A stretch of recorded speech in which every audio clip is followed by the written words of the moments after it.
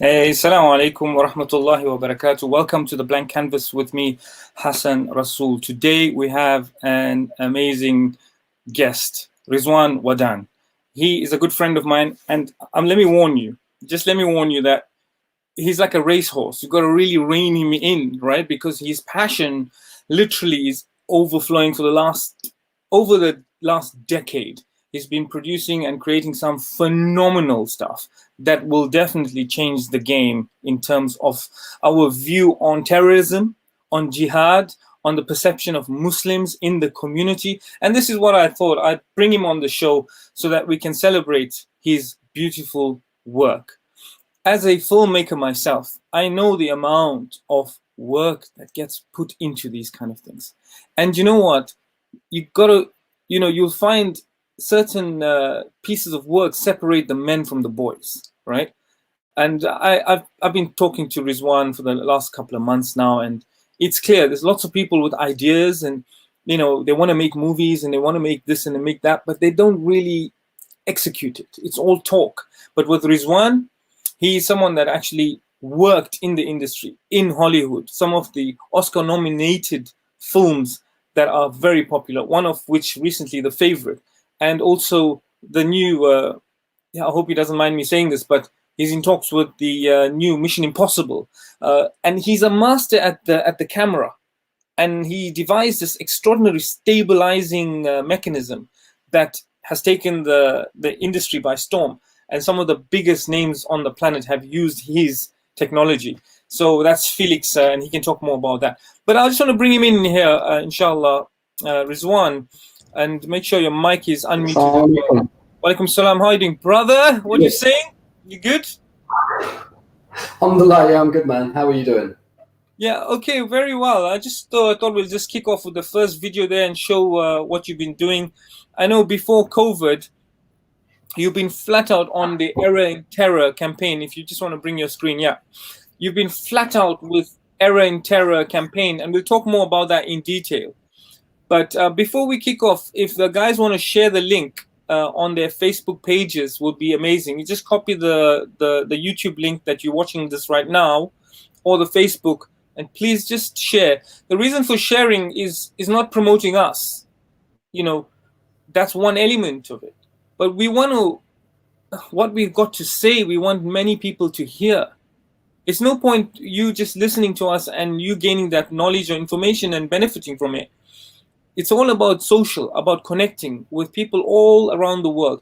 But more importantly, is the racist bigots, the right wing, all those kind of guys also need to hear what we have to say, And also on top of that, people in the industry. I've got friends who work for very large production houses, directors, producers, also. We want them to also hear what we have to say, because we want to influence the film industry, and that is our prerogative. Over to you, Rizwan. Can you tell us more about yourself before COVID-19, please? Well, so as you're talking about the sharing, I'm actually sharing the link right now so that my contacts can know where we are, because it's important for this discussion to be beyond, yourself and myself, because if anyone sort of understands that this is a responsibility for us, right? Because our religion is something that teaches us, it's a missionary religion, right? So we have to pass on the message. We have this responsibility of the messengers, right? So in some ways, we have we're using Facebook Messenger, WhatsApp Messenger.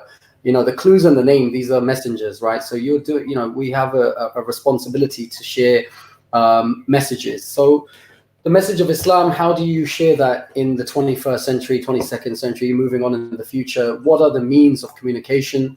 So for myself, before moving into, let's say, into film, or moving into the industry, or utilizing this technology to send a message, I think it goes back to why somebody picks up a camera. Why does somebody start up a dawah stall? Why does somebody go to Hyde Park Corner or Speaker's Corner to have a discussion? So I think it's about a purpose.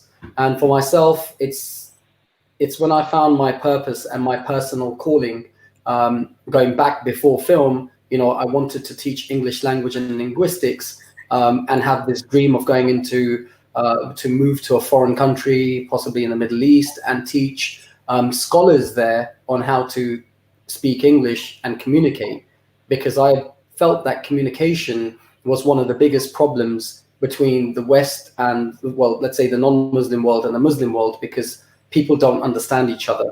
And when you don't understand each other, and then there are problems within the communities, when there's problems between countries, when there's problems between cultures and races and religions, then, unfortunately, it's not just ignorance, but there are people out there who are being divisive as well. Ignorance is one thing, but then that prevailed into having people from the, let's say from the Muslim side or the non-Muslim side being highlighted through the visual medium, and that was painting a picture of who Muslims are. That was painting the image of Islam and Muslims. And at the root of all of this, right, and I was thinking about this before I came to this, before I went live with you, bro, and I was thinking about this. I was thinking, what does, any of the religious scholars, or any, all the Mufti Menk, or, any of the celebrities, and DJ Khalid, or let's say any of the, like Sister Naima B. Roberts, or Kylie Jenner, what does everyone have in common here? What does everyone that's anyone in the world who have in common? And you know what that is? That's this camera right over here. Whether it's a small camera or a big camera, or if it's a professional camera, these point at these figures, these point at these people, and then then their narrative and their messages are shared with you. So really and truly, it's the camera. I mean, if I just flip this here, there's a camera pointing at you guys right now as well, filming this. Because the reality is that we live in a world where everyone has a camera. And for me, it was like picking up that camera, because I felt that the image that's being portrayed, the root cause of this problem, this misrepresentation, this negative stereotypes that were being created, were created because of this being pointed at negativity. And for me, it was very simple. It is so simple. It's like, this is pointing to the negativity, positives over here. So just turn the camera towards positivity. It is that simple, but it's so hard.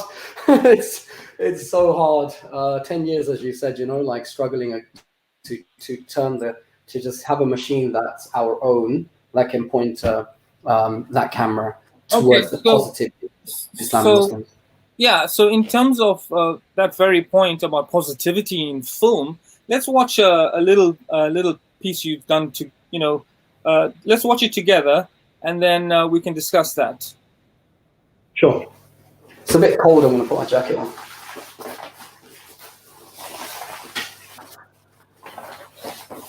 Oh gosh. Okay, guys, you ready for this? Oh, you came for that one first. All right. Thank you. Hi, so what cappuccino takeaway? Sure, okay. Alice?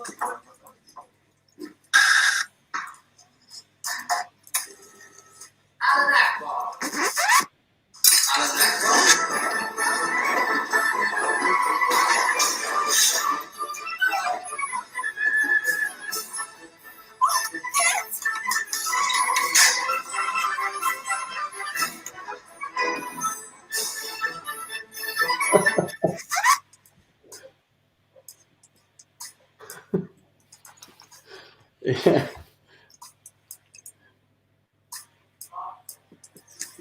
Okay, so Riz, tell us, what were you thinking? What you're trying to do here? Okay, so there's a guy, he orders a cup of coffee, and the guy misconstrues his name to be Allahu Akbar. All right. Okay, so this is actually based on a satirical article, but you know what's really sad and funny at the same time? Yeah.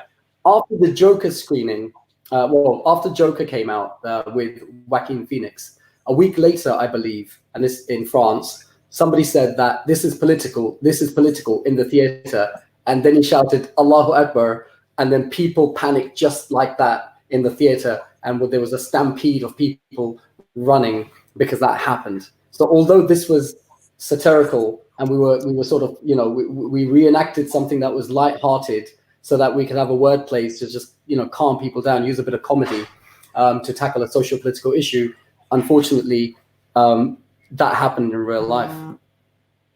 Okay, so I guess this is what you want to do, is create little stories to be humorous, but at the same time make a very bigger point, right?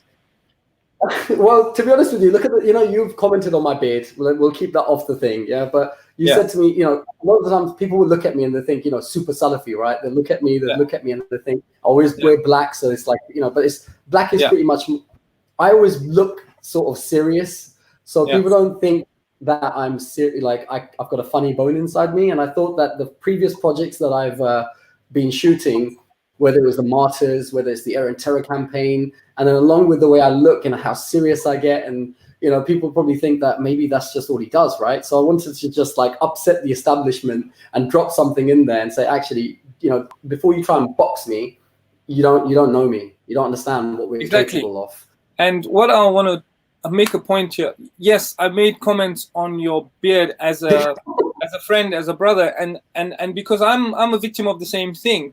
But over the years, remember, I've been in England for 20 years, right? And I've worked in the highest, and I praise God, alhamdulillah, I've worked for the highest, names in the game, right?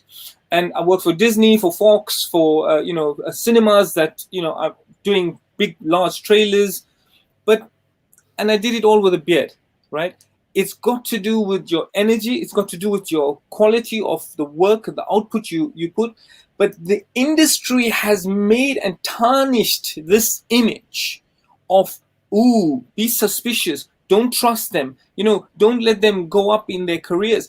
My point is that you should be so good that they have no choice but to come to you. For example, Rizwan, you've done the stuff for The Favorite, right?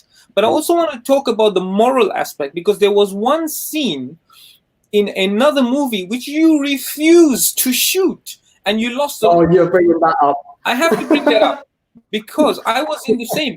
As a filmmaker and as a designer, there were times where I was asked to work on alcoholic brands, but because of my faith, I refused point blank. And in the same way, you, on a huge Hollywood set. I'm not going to name the film. We won't name the film. We won't name the film, but it's worth pointing out that you took a stand. And let me bring you in here. You took a stand to refuse point blank to shoot a sex scene on that day. Is that correct? Yeah, it was worse than it was more than a sex scene, actually, unfortunately.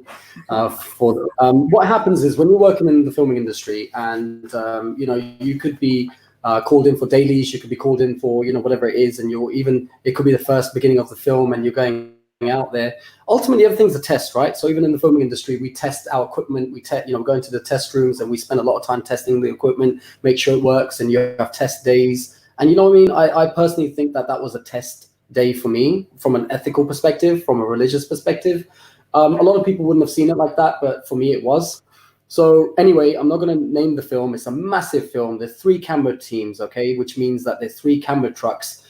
This is mad. People who worked in one of the camera A cameras worked on Wonder Woman, Star Wars, Bond. B cameras worked on so many productions as well, every big film you could think of. So it's quite sort of very small at the top of the industry. So everyone knows everyone. So in this situation, my DOP said to me, look, if you find something uncomfortable, because he could sense, because he realized what's going on.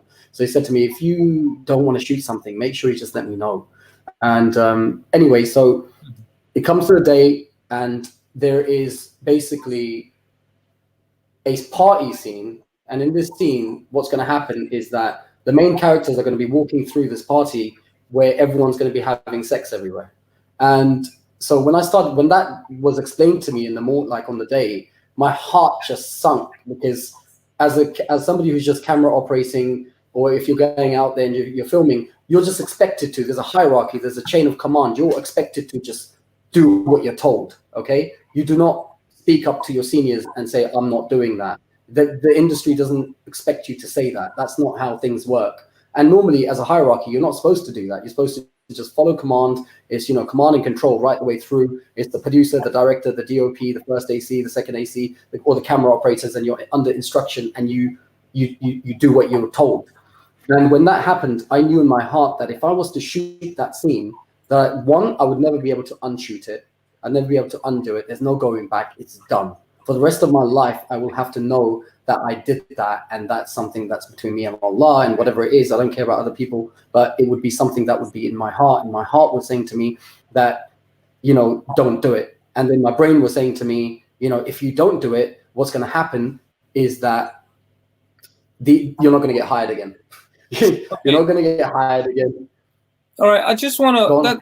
I mean, I'm glad that you were happy to address that. But the reason I'm making the point, and really, I don't want to dwell too much on it, but there might be someone in a situation right now, actually, that they will compromise their morality to get by.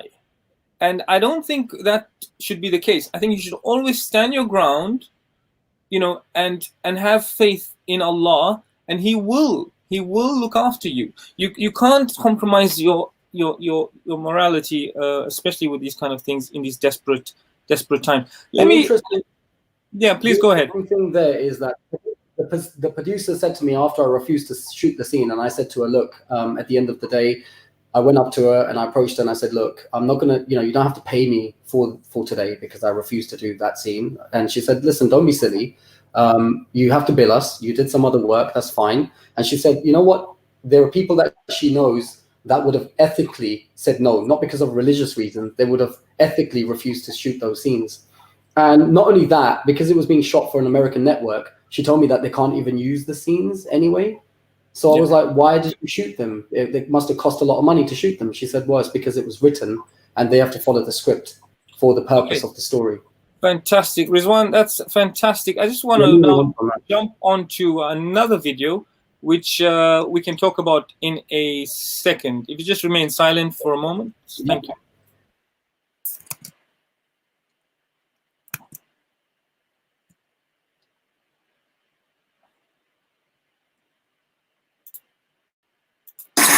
What the hell are you doing? 20 years ago, Asians couldn't even walk around this area. Hey! Listen, on my way, I just need to be longer. There's a window.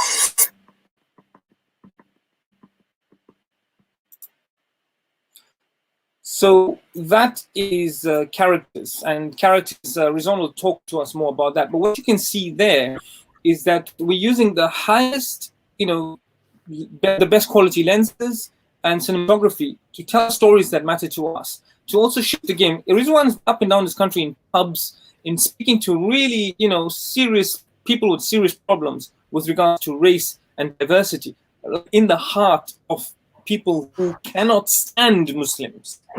But he has an interesting ability to break that down. And that's what we are doing as filmmakers. I mean, I'm also, you know, as a filmmaker, that's my prerogative, to use film and cinema and theater to bring humanity back to equilibrium. That is the key. I'll bring Riz back. We just characters. You want to talk to us about that? So yeah, I mean, that's one of my first short films actually that I made. I think it's going back almost 5 years ago. I think. Oh my God, it's a while back, and it still isn't actually released. We're about to release it. I think this Ramadan, in the next few days, we're going to officially release it. There were some test screenings last year, but that's about it. Apart from that, I mean, it's a film that's based on a hadith. So it's like a modern interpretation of a hadith. So taking the principles from that and then, you know, creating characters that would implement the principles of that hadith. So I wanted to make a series of those that were like, you know, films that were based on that. So if there's other people that are listening out there, you know, you could do that. You could take some principles from some of the hadiths and then give them characters and bring them to life. And then that's something that you can do. So inshallah, that's hopefully to inspire the next generation to sort of make these, basically preserve our history in a way. Yeah, preserving our history. And on the point of people listening in, we have quite a few people listening in. In fact, I'll just put up someone's comment here. We got Majid Waris. He's saying values, purpose, and passions, the pillars of finding yourself first and foremost. If we can align all three, which are purpose, passion, and values, then we're on to mapping out our future. We also have, I spotted Naima She's jumped in, yeah. On here. Assalamu alaikum, She wishes you well, as you can see there. And we've got people from all over. We have people from Russia. We got people from South Africa. So yeah, I want to thank all the everyone. Thanking everyone who is contributing. And listen, we're working for you. We are working to create material that will defend you. We're not doing this for our own whims and fancies. You know, what do you think? It's having a toll on our livelihood, on our pockets, on our families. Rizwan, I'm sure you've been through a lot, and you sacrifice a great deal. You know, let's get back to showing. I just want to go back to the first video we showed at the opening of the show, and that is you on the front line, and you literally captured all of this. Please let us. We're on the front line now. Before you show it, I'm sitting in Birmingham right now. Yeah. This is a HMO, which is belongs to a brother Isra from Birmingham, Isra Khan. He's an amazing, he's an activist and whatnot, but he's been helping us here, and we're staying in this place. Chris, you just saw them earlier, just walked past me earlier. So what we're doing is we have got bases within certain cities, and then we travel out. And today we were with Green Lane Mosque and just getting an update with them. So tomorrow we'll be with Loft 25. It's our 57th day out on the front line today. So look at that. It's 57th day on the front line. That takes its toll. I'm sure that was literally blood, sweat, and tears. Tell us more about the tears, please.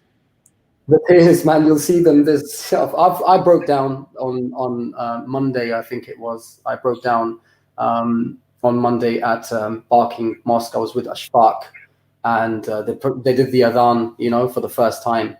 And he recited verses from Surah Rahman, and we were filming, and I was just filming. And all of a sudden, my heart, it just hit me so hard. And certain verses that he was reciting, I understood them, and then they meant even more. And then I just, I cracked, and it hurt. It hurt because it was like, which of the favors of your Lord will you deny, right? But it was just before those verses, I was just thinking to myself that regardless of everything, that Allah chose us to be there at the first time in 30 years when the adhan is going to be made. We've been selected to film that. We've been selected to be there. Other people can't even go into a mosque, and we're there. You know, I led the prayer with 2 other people inside the mosque, you know, and the angels that were there, inshallah. And it was just such a surreal experience for me. And I felt so honored. But at the same time, I felt like a worthless piece of rubbish, and I felt like I don't deserve that, and I cracked at that moment. I didn't feel worthy. That's what it's about. It's about and that's what sacrifice does. When you really, you know, sacrifice something and you feel the feeling of that cracking, that blissful vulnerability, that's where it's at. Because you can go through life being this macho dude, you know, thinking you know it all, but even the strongest amongst us, male and female, there's a moment where we just fall on our knees and crack. And that's a beautiful feeling. I want to bring Beth Rambo's, and by the way, that's her real surname. So I want to bring Beth Rambo's. You're kidding me. Sorry? Sorry. Beth Rambo? That's right. I'm not messing around with her. Yeah, don't, because she's a tough cookie. But I just want to, on a serious note, address Beth's comment. And Beth has a really interesting story. I've been communicating with Beth for the last few days, and she has a remarkable story. And thank you, Beth, for contributing on this live show. And Beth's comment is, wouldn't it, you know, break barriers if more people understood the challenges of the Prophet Muhammad sallallahu alaihi wasallam, peace be upon him, the challenges that he faced, right? Wouldn't it break more barriers? And what she's saying is most people do not know the basics about his life. And why I bring this comment, I want to actually lead it, and I'm sure she won't mind. I asked Beth, how did she come to Islam? And she's from America. And what she told me was actually heartbreaking, but so heartwarming at the same time. Both her parents passed away in the same year. And she was working in a Muslim school at the time. And the only support and comfort she's got was she saw how the Muslims looked after her, consoled her, comforted her. And because of that character, which ultimately comes from the Prophet's way, it turned this American woman into choosing the path of Islam. But what do we learn from that? It's akhlaq, it's character, it's love, it's mercy for humanity that will melt our fellow citizens' hearts.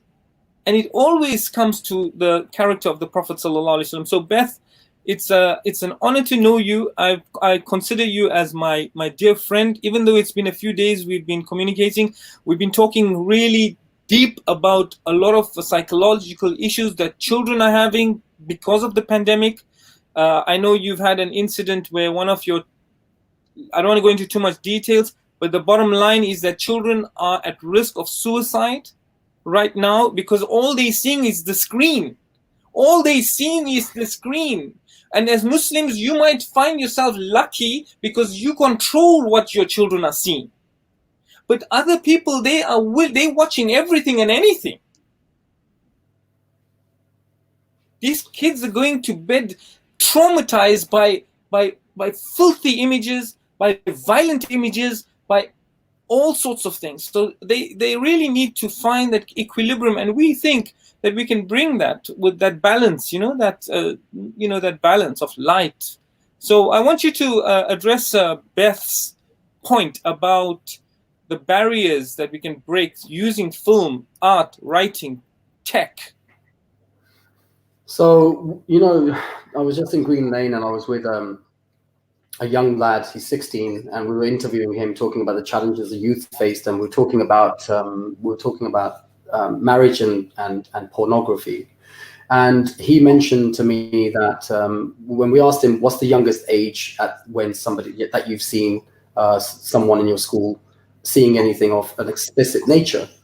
And he said to me, there's this 11-year-old, 11-year-olds are passing around images of, a girl will fall in love with a young boy in school and then they'll start sending images. And I was like, hold on.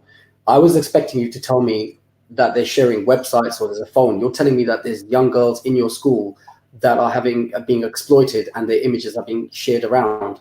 And he said to me, yeah, in schools, this is happening. And it's happening more and more. It's not even something in the sense like you're going to see nude images or the websites, but it's actually physically happening to young girls, and it's that was like shocking for me because we sort of used to understanding that, but anyway, that's sort of like something just happened about 2 hours ago, so it's fresh. And again, that's images, right? That's that.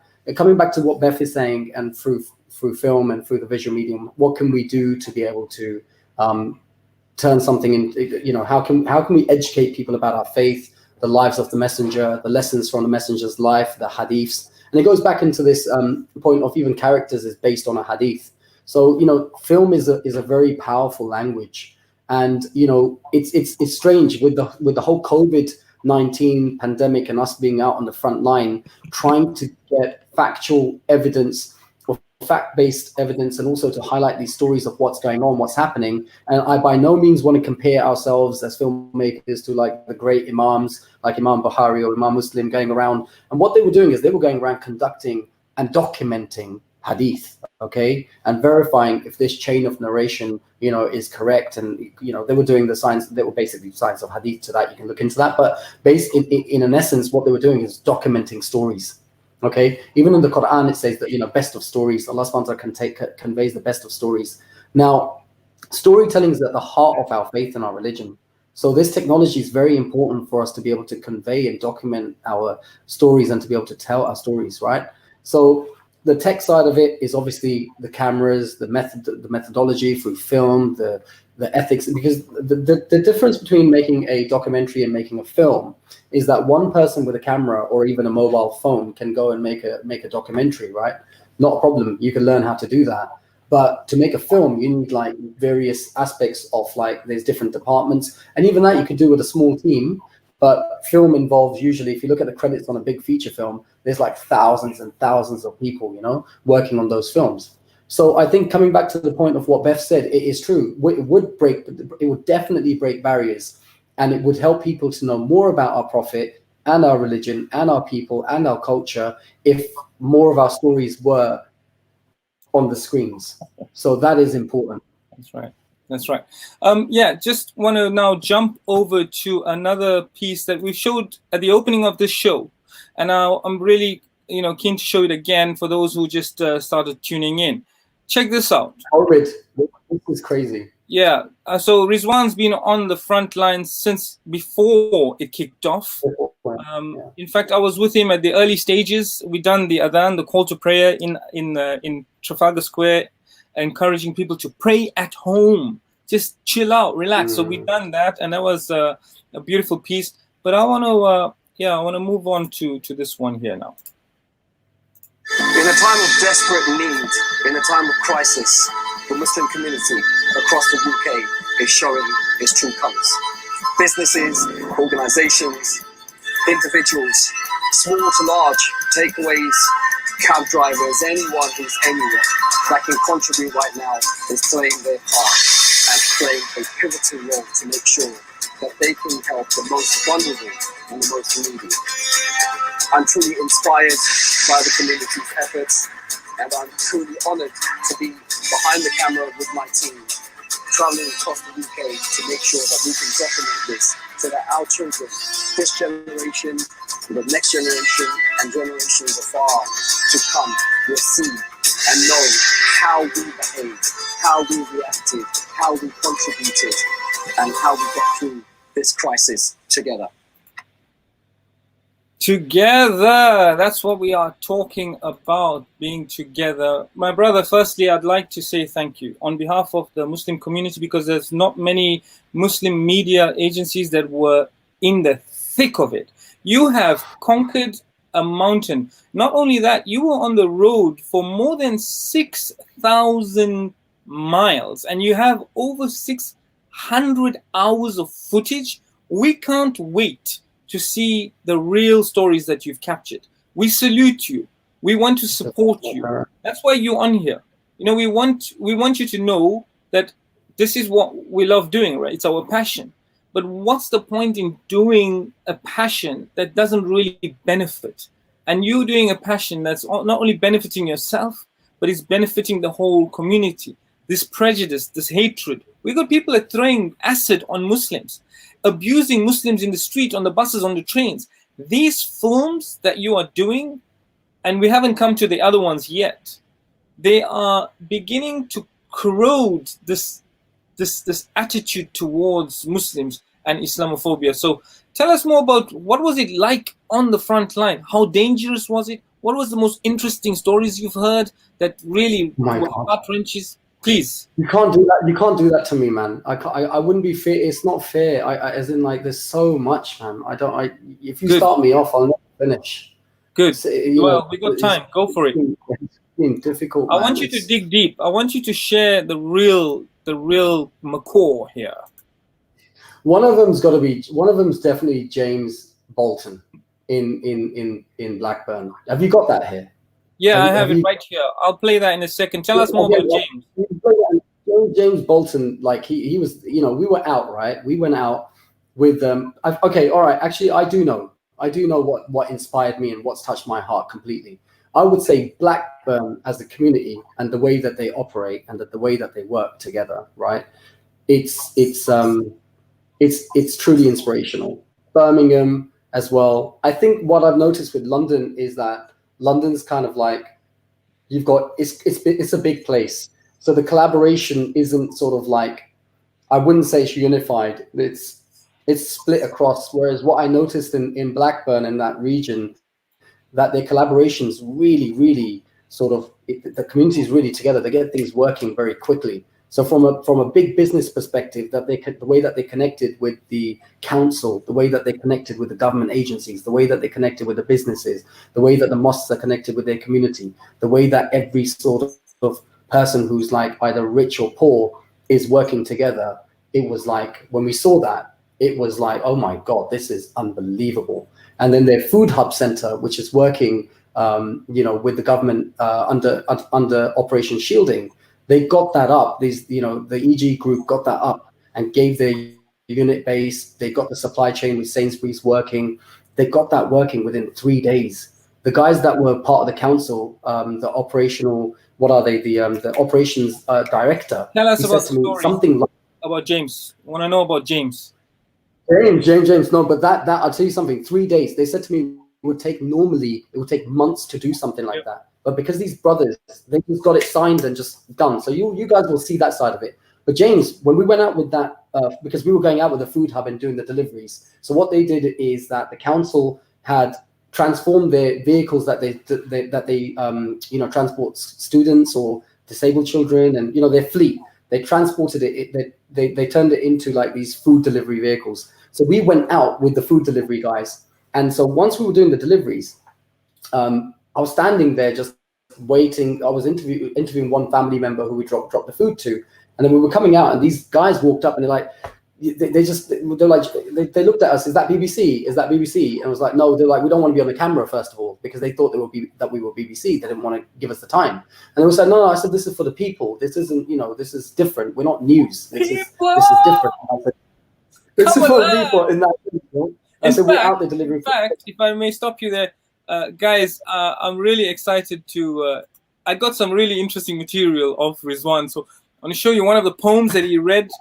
That he'd done, and this when I saw this finish, when the edit was done, right, it's clear that the man, it just poured out of him because of the hours that he put on the front line. It just poured out of him. He meant every single word of what he said, and I'll keep that for later there, inshallah. Yeah, can't believe you're doing this to me, because this is so bad. I feel embarrassed looking back at myself, and I cringe sometimes. It's so embarrassing. We all do. We all do. We have to put ourselves forward and with the best foot.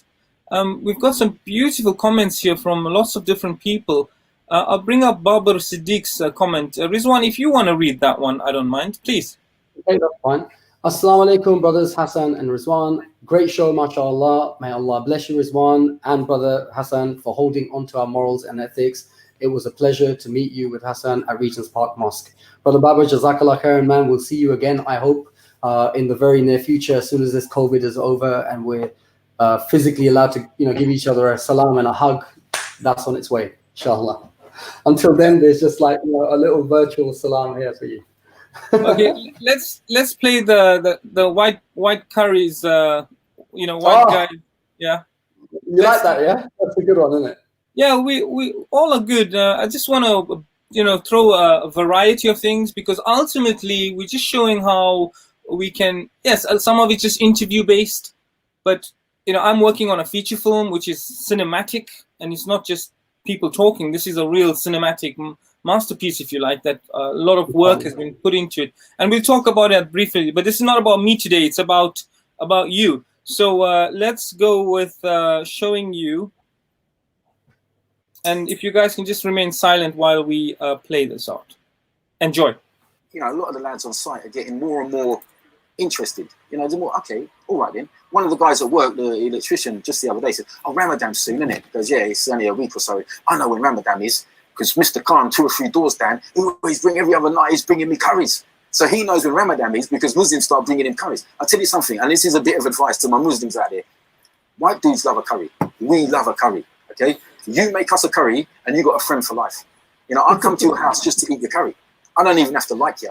And then once I've finished, but these sort of things that Muslims do at Ramadan, giving food to their neighbours and dropping around some samosas, that's brilliant.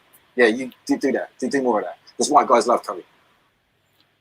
White guys love curry. I think everyone loves curry, but the point to be taken is sharing food, love, conversation, smiles at work, down the road, your neighbors, and so on and so forth.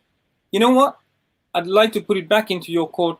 What's the mood on the road in England? What's the mood? Okay, so look, at this time, Corona has paused. Pretty much, it did pause hate until yesterday. There's a sister who's been her daughters have been verbally abused, told that COVID is happening because of them, and so this has already started. I don't want to say far right, but people who have an Islamophobic narrative or do not like Muslims, that hasn't just disappeared. You know, that because, you know, if there was going to be someone that was going to eradicate Islamophobia periodically and just get rid of it, and that would have been Prophet Muhammad sallallahu alaihi wasallam, right? So we're going to face Islamophobia because that's part of our struggle and journey, because that's going to happen, okay? But how do we tackle that? How do we minimize that? How do we deal with that? So at the moment, what's happened is that, let's say, just going back to the Iran terror campaign, the message of that was that Islam and Muslims do not stand for extremism and terrorism. So then COVID happens and we're thinking to ourselves, okay, if they don't stand for that, then we know as Muslims that we stand for giving and contributing. So Muslims stand for that. So we've been trying to go out on the field, and we've been out on the field for 57 days documenting that. And in a sense, not just documenting that, but because we've been going through the Muslim community and the lens is sort of coming from that perspective, it is showing the massive, that this huge collaboration between Muslims and non-Muslims, and that's happening everywhere. So what's happening on the streets, whatever you're seeing in any city, any town, Muslims and non-Muslims are working together. And, you know, when we say we're in it together, so what's happening on the streets, this amazing sort of feeling of being sort of united is there at the moment. And right now is the time for us to really strike. You know, when they say strike, when the iron is hot, or whatever the score is, you know, the strike when it's hot. Right now is the hottest time ever to eradicate and to do the best we can to eradicate Islamophobia. Okay, because go on, please, go on. So Muslim giving, right? So we know about Muslim giving. Every Ramadan we'll have an article which will say Muslims give, you know, this much to charity. But that's always been seen until now as something very foreign. It's always been seen as something that's not here. Muslims don't do anything for this country. And due to Corona, due to COVID, the charities that may not be doing things in this country previously has started, because they acted immediately and they said, this country needs help right now. Our neighbors need help right now. And they acted. On that very point, check this out, guys. And oh my God, it's so random. We can remain silent on that. I'm going to come speak to you because at the minute with this coronavirus, it's the hostel that we live in. It was on about like racism, just on about my tattoo, because it looks like it says the EDL, but it's like my daughter's initials. And what we're saying is people assuming the armed forces are the least most racist people going. And you know what it is at the minute is the Muslim community. At the minute, the only people actually donating to the hostel that we're actually saying that. Sorry? Honestly, that's what we're talking. Right. I just want to stop it here and bring it back to you, Riz, and I want you to almost translate what he's saying, because a lot of people around the world will not understand this very thick English kind of. Yeah. So what is he saying up to this point, and then we'll carry on playing. Like he was saying, like we're going to be up in North, so if you don't understand that, they might not understand me. You know what I mean? Like, is that what you? I spent so much time up North, man.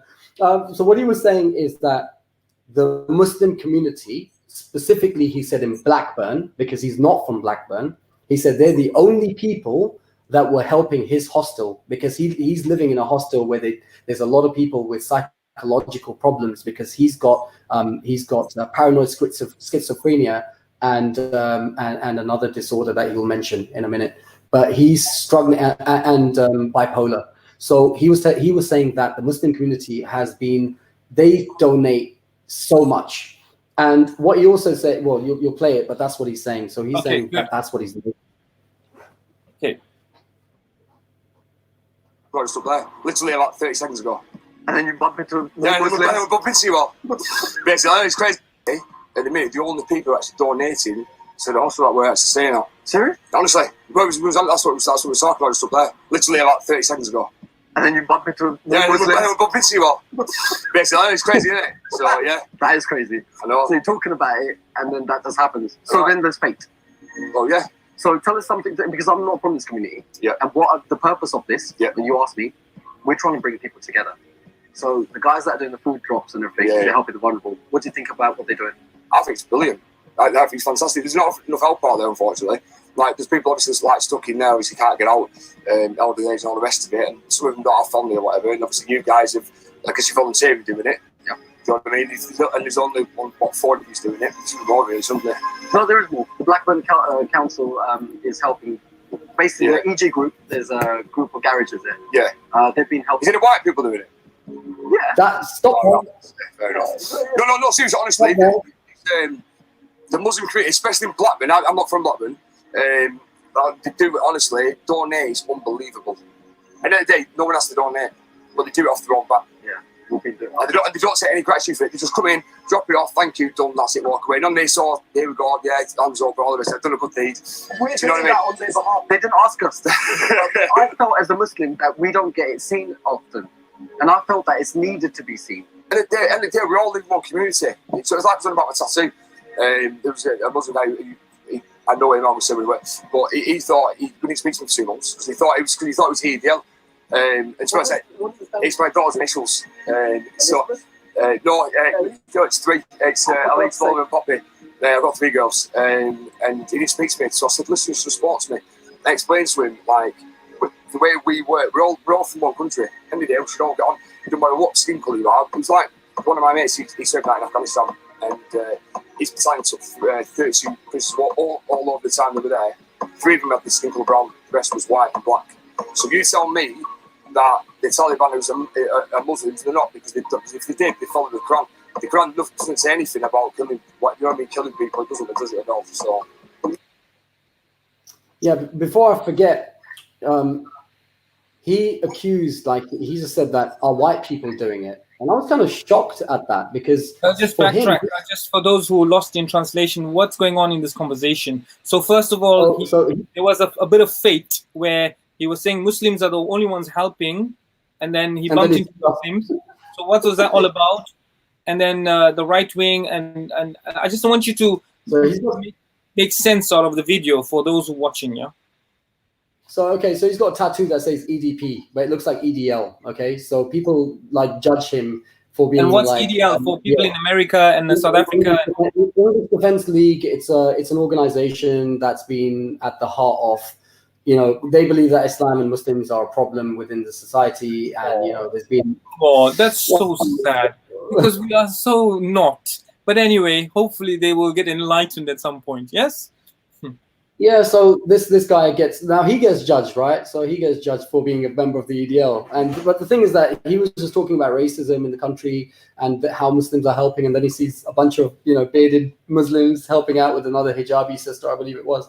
And so we're doing this, but we were doing it with the council actually. So when he said and I was trying to tell him who's doing it, and he said, "Are white people doing it?" And I was like, yeah, I was kind of shocked at his response because the reality is that Muslims are at the forefront, but they're at the forefront with white people, with the English community, because everyone's helping. And so when you ask me the question, what's it like out there?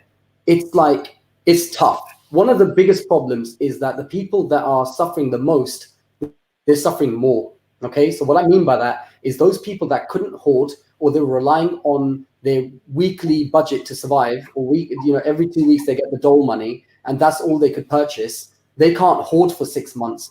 And if they can't get out there and they're vulnerable, so people who were living above the breadline before, who were struggling, they're the ones struggling even more now. So we don't see that. There's not enough media coverage. There's not enough people out there to help with that. So how are Muslims helping? I mean, what? Because even Beth is back.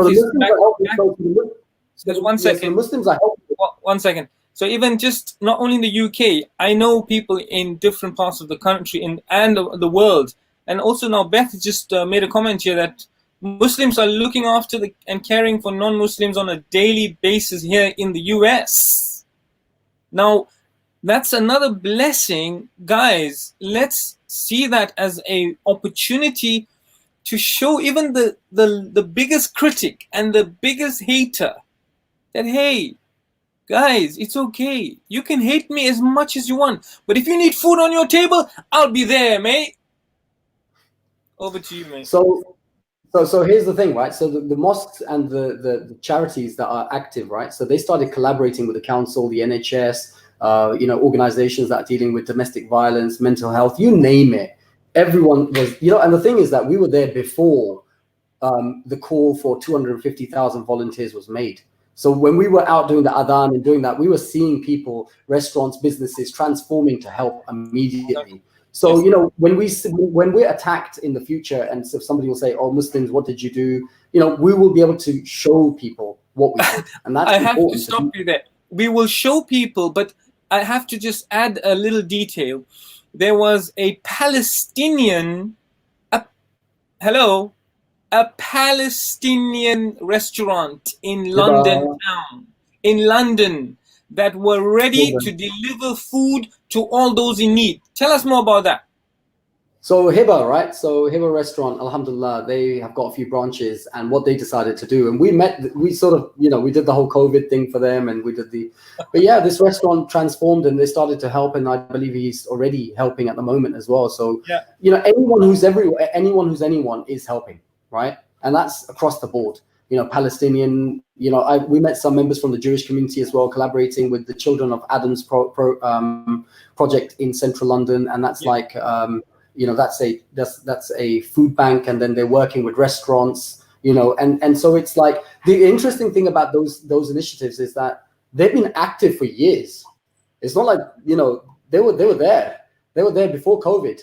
And what's interesting is that Muslims have been there giving, and at the front line, as we call it now, right? They've been on the front line for years, if not decades, you know, and several decades, and that's the thing, but it's never been, you know, highlighted, and that's because Muslims believe whatever the right hand, you know, gives, the left hand shouldn't know, right? So that we don't, you know, as James said, that they don't even want to know, they don't want to get the cameras out, and James said it as well. He noticed that they don't want to thank you, they don't want to know, they don't want to advertise it, they just want to give it, and they go and they don't want to thank you, and they just want to leave and just get out of there. I just so like that's the reason why.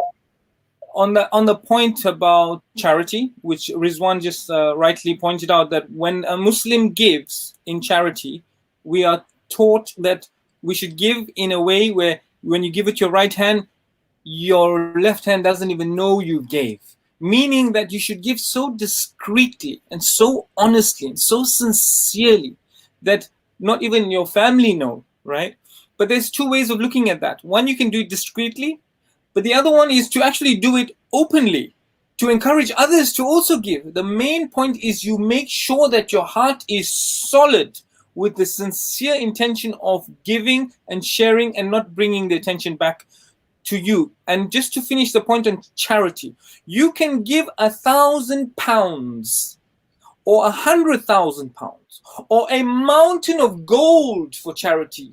But if you give it with the intention of getting people to know that you're giving charity, that mountain of gold and that £1,000 means nothing. But you can give a date seed or one date in charity, and that could be with sincerity, and that in itself can be more valuable than a mountain of gold. Sincerity, my friends, is the key. And when you do it with sincerity, your street will know, your community will know, the whole nation will know, even the politicians will know that the Muslims, when there's a crisis, we are one body, and we feel the pain of everyone, including the non-Muslims. We feel the pain of humanity. So whether it comes to Palestine, Syria, Gambia, any place on the planet, if there is a need, we are there. Alhamdulillah. So, and also on that note as well, that in terms of comparison and giving, whether you're the richest person in the world and if your bank account, you're a billionaire. If a billionaire gives, like, I don't know, £1,000 or 100, if he gives $1 million or 100 million, whatever he gives, and somebody who has, you know, maybe not even a pound to his name, but he gives half of his wealth, you know, it's equal, or if not more, you know, valuable in the eyes of our Creator than the one that's, you know, it depends on what you have and your intentions. So this is the beautiful religion that we have, that whether you're rich or you're poor, you're equal in the sights of God. And the only thing that can separate that is your piety, your intentions, and what you do. So I love the balance in our and the form of justice in our religion. So it is tough being out there. It is tough to give, especially right now in a time when we feel like our jobs, we don't have work, COVID, we don't even know what's going to happen. You know, giving, and even mosques are struggling, right? Some of the mosques are struggling to get money in. So when you're asking about what's going on outside at the moment, you know, there are big mosques that had like Waqf funds, and they had, like, you know, a lot of money in their bank accounts, but there were some mosques that were just running like pretty much 3 paychecks away from being homeless themselves in a way, or being, not being able to operate. And there's mosques that are struggling and suffering as well. Now, that's not for me to say to you that go start donating to mosques. In fact, I think mosques do need to change the way that they operate as well, and learn from the way that the previous, how mosques used to operate, so that they don't have to rely on charity either to operate, because they have real estate, they have like ability to do more. So let's see. Yeah, but just on that quick, just on a quick point there, if you were regular giving donations to mosques on a Friday, that £5 that you used to normally give, then that £5 made a difference to that mosque every Friday. So if you stop giving now because you're not at the mosque, find a way. I'm sure the mosques has a bank account, and they need your money, right? They're still going to pay the rent. They're still going to pay the staff and the imams and all of that. So inshallah, remember, you're saving that money anyway. You're not using your petrol money anymore. You're not buying those Starbucks every morning when you pass on the way to work. So, you still got a bit of, a couple of pennies in your pocket. I just want to switch it up a bit now and talk more about the bigger picture of how we can be influencing the narrative. And I want to first, before What are you dropping? What are you going? Yeah, I just want to drop a video to show support for what's going on here, right? And then we'll show another video about the actual dynamics of a very hard-hitting trailer that you've been working on for the last, let's not get into how long, but the pain and the challenges that you've got to, and you are at that point, and I'm celebrating you right now. But let's look at a message of, you're very welcome, I just want to play a message of support, if you just bear with me 1 second. Thank you. Sure.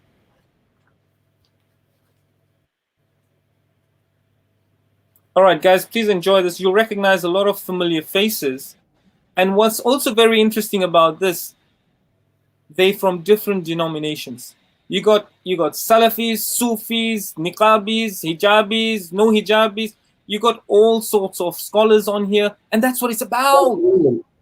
That's what it's about, for crying out loud. Stop dividing each other.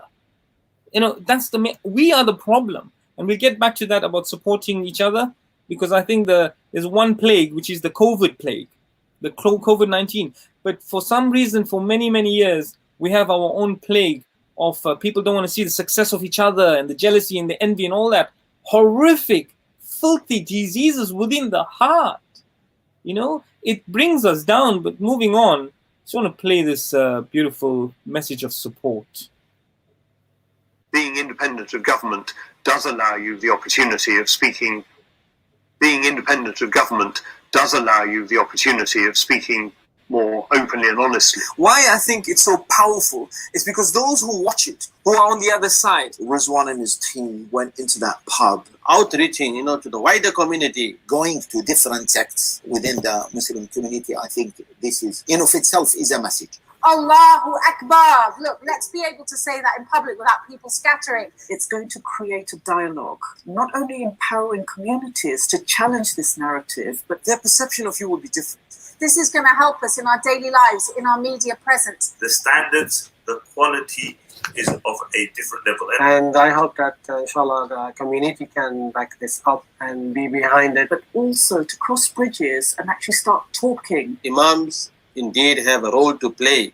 If Muslims are disunited, then they are not going to achieve anything. So therefore, it becomes a collective religious and civic obligation. Once they see this, the next time you in their midst, who are not Muslim, who would maybe never even really have a connection with Muslims on that level, to those who are creating this narrative and start breaking it down. And it's certainly something that hasn't been done before. Someone like Rizwan, who's professional and understands his craft and industry, to start changing the narrative today. Because this is a new form of dawah and calling for Allah's sake. And I'm going to be the first one to get in line to try to financially support this. And I believe actually when the community invests in this project, they will then see the wider benefit across all of our communities.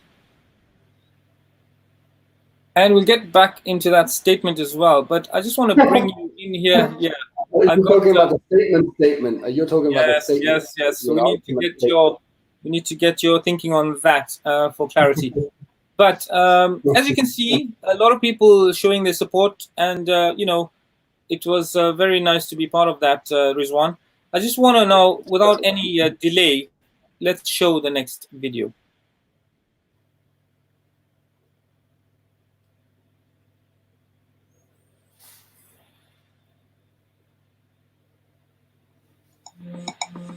For me, it's a duty upon me. It's my jihad, it's my struggle, it's my commitment, it's my dedication, sacrificing everything in the way just to...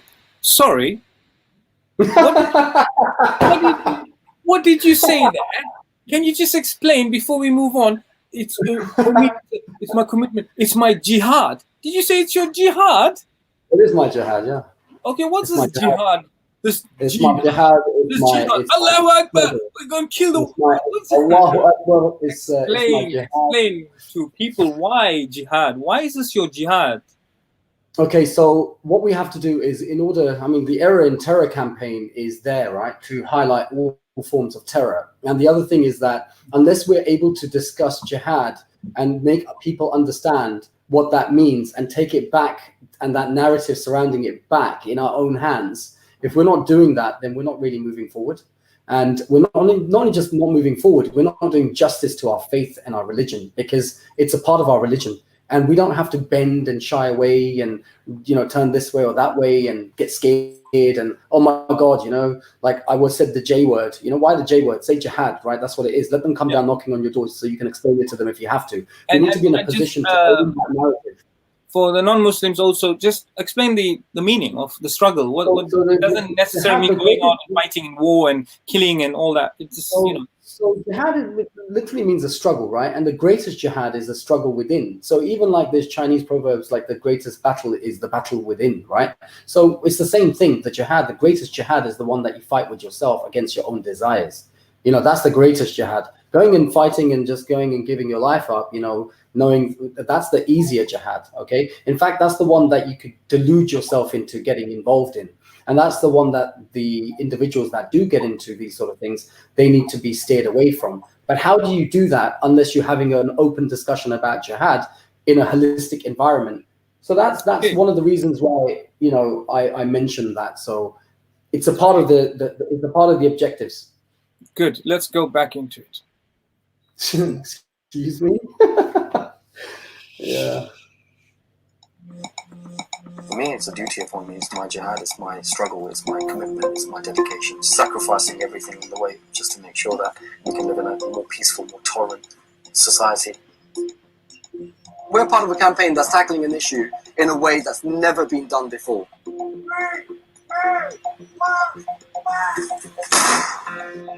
As a British Muslim living in this country, I know that there are problems, but rather than focusing on problems, I'm trying to find solutions. This is a project that Riz has been working on for over 2 years. He's literally put his life into this. It's so stressful. I'm only doing this so that people can understand that we're trying to reach out, we're trying to do something different, we're trying to engage the community to support us.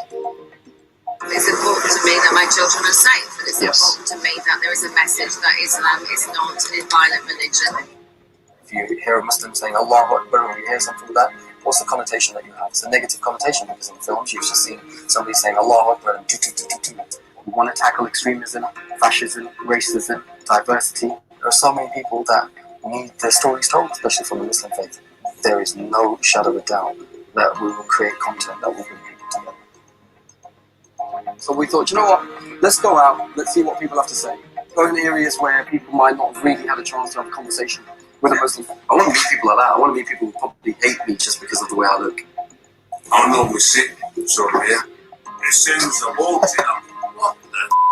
And I don't want to put myself in harm's way either, because if it kicks off, I'm not going to walk away. Tell you that, can I, mate? I was wrong. But do we not have respect for each other? I was wrong. A bit of time with each other, most definitely. right?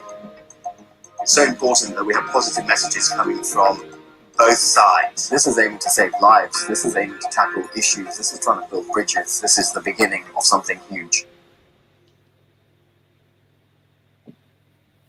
Indeed, it is, inshallah, God willing, going to change the way people see each other. Thank you, firstly, for all the sacrifice you put into achieving that milestone.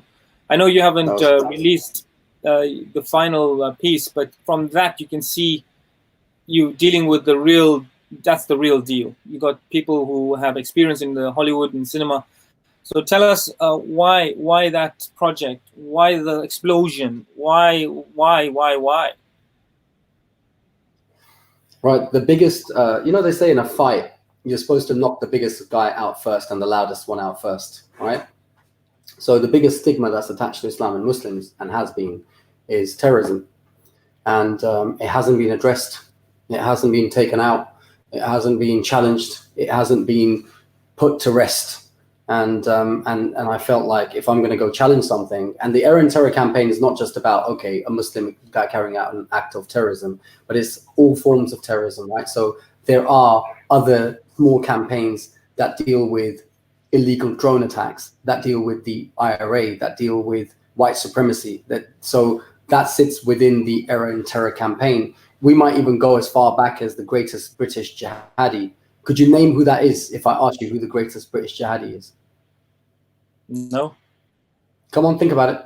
Quick. I'll give you 10. To be honest, no. I'm not a politically minded. But I'm not. This is not my subject. We celebrate his failure. His failure. Year. A Muslim dude. I said the greatest British jihadi. So you thought Muslim, right? Well, but in the word of the context, Guy Fawkes, man. He's the only one that took dynamite and almost succeeded. Yeah, just in my defense, I see this is a subject. I'm actually on the other side of the spectrum of love and mercy and sharing, and so I'm not the part of Cage and all these guys. There's some people that there's a place for them and they need to be thinking on those lines. But frankly, I'm on the spiritual on the other side, mate. So let's move on. So just so you know, so I'm independent in the sense from Cage and Mend and anybody else. But the way I do see it is that the news and the way that it portrays us is, as extremists and terrorists, right? So we've had that since 9/11 and even before that within the movies from maybe 30, 40 years ago. So we've always been portrayed like that. So from an image perspective, that's why. So when you ask me why dealing with extreme, this whole Error and Terror campaign, it's because it is the greatest stigma that's attached to us. So that's the reason. Okay, good. In terms of the production costs, and I mean, a lot of it, I know your own money, and you spent over £50,000 on this, right? Why? 70. Tell me why? Why, Rizwan? First of all, the money is not the greatest loss. What is the greatest loss? Family. Okay, and you were happy to take that hit because does this? Sorry to probe you, but I get it. Don't get me wrong, and I just want to. I don't want this to just be another chitter chatter. This is some serious business that people. There's a place for you, and we need to change the world. We need to change the world with art. This is art. The problem is that always find that challenging. You got to make decisions. Talk to us about that. The problem is that when you are spending your life savings, but not even your life savings, how do you get to that point? Because when I picked up the camera, I was in debt.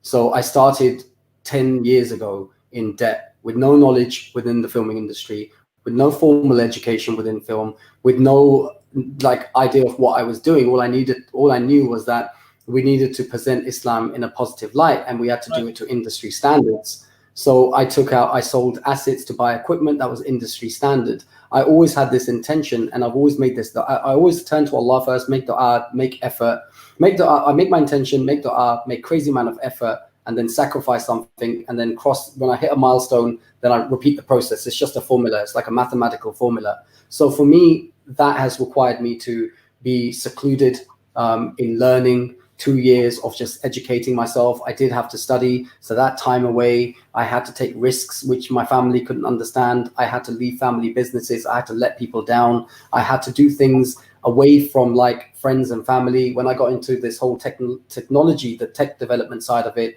that took me into like test rooms and engineering, and it was like being a mad scientist. Like the technology didn't even exist properly, and it didn't even work. I had this vision that something pulled me towards this tech, that build it because it's what's needed. You understand this as a camera operator. Why don't you develop this? And it's gonna, something pulled me to it, and it's from Allah, and that sort of gift. But that gift required me to put endless hours, and I'm talking years, right? And at times when I'm not even earning much, and I don't even know if this technology is going to work, but I know the principle of it and the theory of it works. So if it could be turned into reality, it'll be used. And I think once I got into a big set like Luther, that's when I knew what the Muslim community doesn't have. And again, that required retraining, re-educating, more time into like stepping up. So it's just been a consistent sort of stepping up, and it's been a military lifestyle. And I'm not like the prophet. So people and your partners and your family expect you to be like, just because you got a beard, they expect you to be like the messengers. And I'm a flawed piece of crap, right? So it's like I'm not going to be able to be like the messenger, like a messenger. Well, I have we all are. but I have certain skills, and I've got certain. 1 second there. Just, it's important that people know that. They judge you, and when you make a mistake, then, oh, he's got a beard or she wears a hijab. Mate, we are all weak. There's a verse in the Quran, and people need to know this. And this is not a show to preach, but this is a show of some real hard-hitting facts here, and about changing the game. God says in the Quran, because it's a book for humanity, and we're trying to change humanity as well. There's a verse in the Quran that Allah says, خُلِقَ الْإِنسَانَ ضَعِيفًا, I have created insan, I've created man weak. We will make mistakes, but the beauty of making mistakes is we overlook each other's mistakes. We cover each other's mistakes. One of the greatest mercies of God is. Are you talking about the Muslim community? Sorry? Are you talking about the Muslim community? It's difficult to. Exactly, and my point. Listen, Rizwan, my point is even bigger than that. My point is that that the biggest mercy on you and I is that God does not reveal our faults. Imagine if He did. So how grateful we should be for that. But not only that, why do we very easily reveal other people's faults or hold it against them? So there's a lot to be learnt about God's mercy to us and our mercy to others. Moving on. Yeah. So coming to sacrifice, bro, I think giving that time, like time is so, you'll never get it back. But that time was required for me to be in this position that I'm in. And then even doing these things on the front line and working in the filming industry is very similar to being like in the military. And the military and the filming industry has a very high rate in family breakdowns and whatnot. And then if you're creative and you're making technology, it takes a lot out of you. So for me, the sacrifice is not the money. It's more the sacrifice of not being able to be with my family the way I want to be, the father that they need, and the husband that my wife would want, and or son that my mother wants. And then I put myself in these risky situations where I don't know what's going to happen, but I know it's needed. And my heart pulls me towards that. And I just think to myself that, there were companions that would disappear for years and go in search of spreading the deen, and they wouldn't even come back. There's no, even the pigeons would probably get lost on the way back and died fried, dying thirsty in the desert to bring those messages back. And the reality is that it's difficult. Like, it's not easy, bro. It's a difficult thing to do what people like yourself and myself. It's not easy. And it takes certain type of people that can live with people like us, I think. I'm very grateful for the people around me that support my tenacity and my passion and my obsessiveness with changing the world with love and mercy and beauty. So I just want to continue with the messages of support for the great work in terms of the community, far and wide. And let's listen to some more support. I fear that I fear what's happening. I fear the images, the negative stereotypes. This is not just a message for the British Muslim community. This is a message for the British community. Muslims are of all different denominations. When it comes to supporting the people who can remove this Islamophobia, because it's not just about debunking the concept of terrorism in Islam, but the concept of terrorism itself. Breaking down the current narrative. Let them know who we really are. Outreaching, to the wider community. But coming from a Muslim, It's a very, very powerful message. this will definitely change the game. Because this is a new form of pure dawah. It belongs to everybody. Their visual story, The quality is of a different level. I'm blown away the amount of effort, time, and energy that's been put into something like that. being independent of government, speaking more openly and honestly. the bottom line is they need financial support. Even if it's £10 or £20. You have to get behind this. Please support it. Support them. So get behind error and terror. So how do we get behind, Ken, for those listening, Rizwan? It's really important that, I'm an artist myself, right? I'm not going to, but I've never asked anyone for any money. That's just the way I am. But I found there comes a time where you have to, look at how if some people want to support these kind of causes. So, how can people support you? Tell us. Well, I appreciate you doing that. I didn't expect you to try and plug that in, to be honest. We're setting up a new GoFund Us page. For the last 3 years, we've been setting up GoFundMe's, and they haven't really hit home. Okay, I'll tell you what. Obviously, this is going out live, but later in a week or 2 weeks, months time, those watching this video, there will be a link below with Riz's GoFund page when it's ready. Please, £10, £5, £20, £200, £2,000, £250,000. Who cares? Your money will be used to shape our future. We don't want hate in this world. That's what the movie that I've been doing. Riz, you know what I've been doing behind the scenes, right? I haven't been showing that to anyone, right? And the only reason I'm doing, sorry? It's amazing. So it's just one of those things that, again, we get criticized for this or that. I've been criticized for the Error and Terror campaign and whatever. So, but it's just going to be, it's like everything's needed. I think Nabil got the golden buzzer, for the big, what was it? The Britain's Got Talent thing, right? Yeah. Nabil, he's a brother from South London. Yeah. And people criticizing him, but when he said, I'm Muslim, and I'm Muslim, and people were cheering, they were like, yeah, it was beautiful to see. Because I know 5 to 10 years ago, maybe even 10 years ago, I wouldn't expect that reaction from the public. So the public's looking for Muslim heroes, Muslim, talent, creatives to be telling stories. It's our time right now to shine. Even if you don't tell stories and you're not a hero, you're a silent hero in your workplace, where with your colleagues, right? Some of the cast that I've selected for these films, I'm not joking. I've handpicked people that they don't even have, some of them don't even have acting experience, right? But I recognize in them, and it's like senior people in my workplace, and I would tell someone, you know what, you're going to be in my movie, and they'd be like, what are you talking about? And I said, watch me. And lo and behold, I have them in my film. Yes, I have professional actors as well. And myself, I'm also an actor, and I'm in front of the camera and behind the camera. But, I just want to say that you're a hero wherever you are.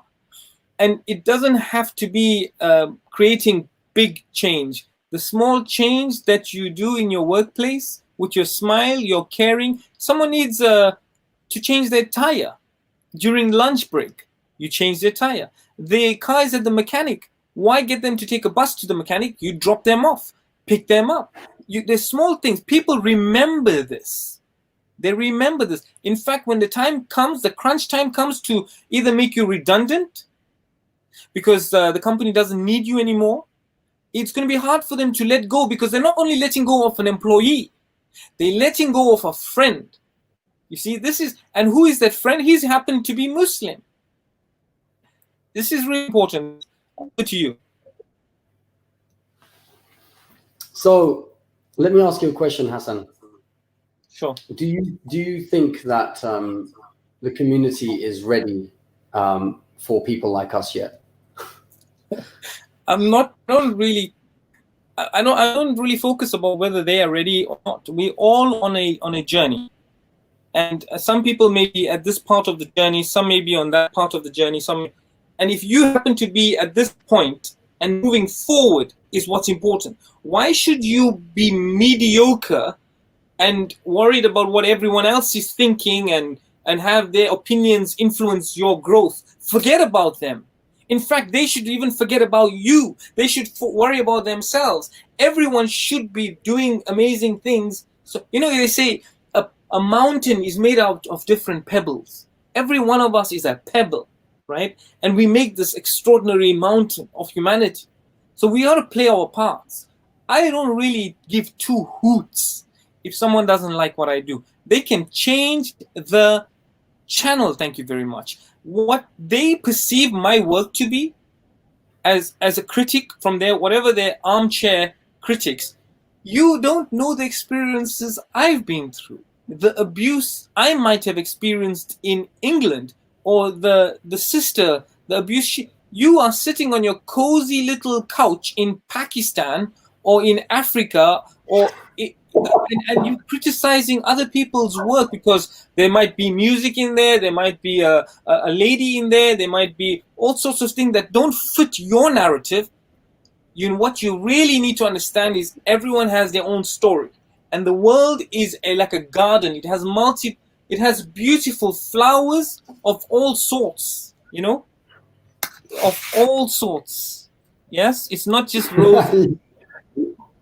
And we all have to come really beautiful together. So I don't really care what people. And you know what? You shouldn't care. You said something. You said they can do one.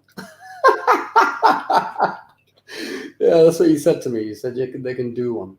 They can do one. So, they can take a hike. They can take a hike.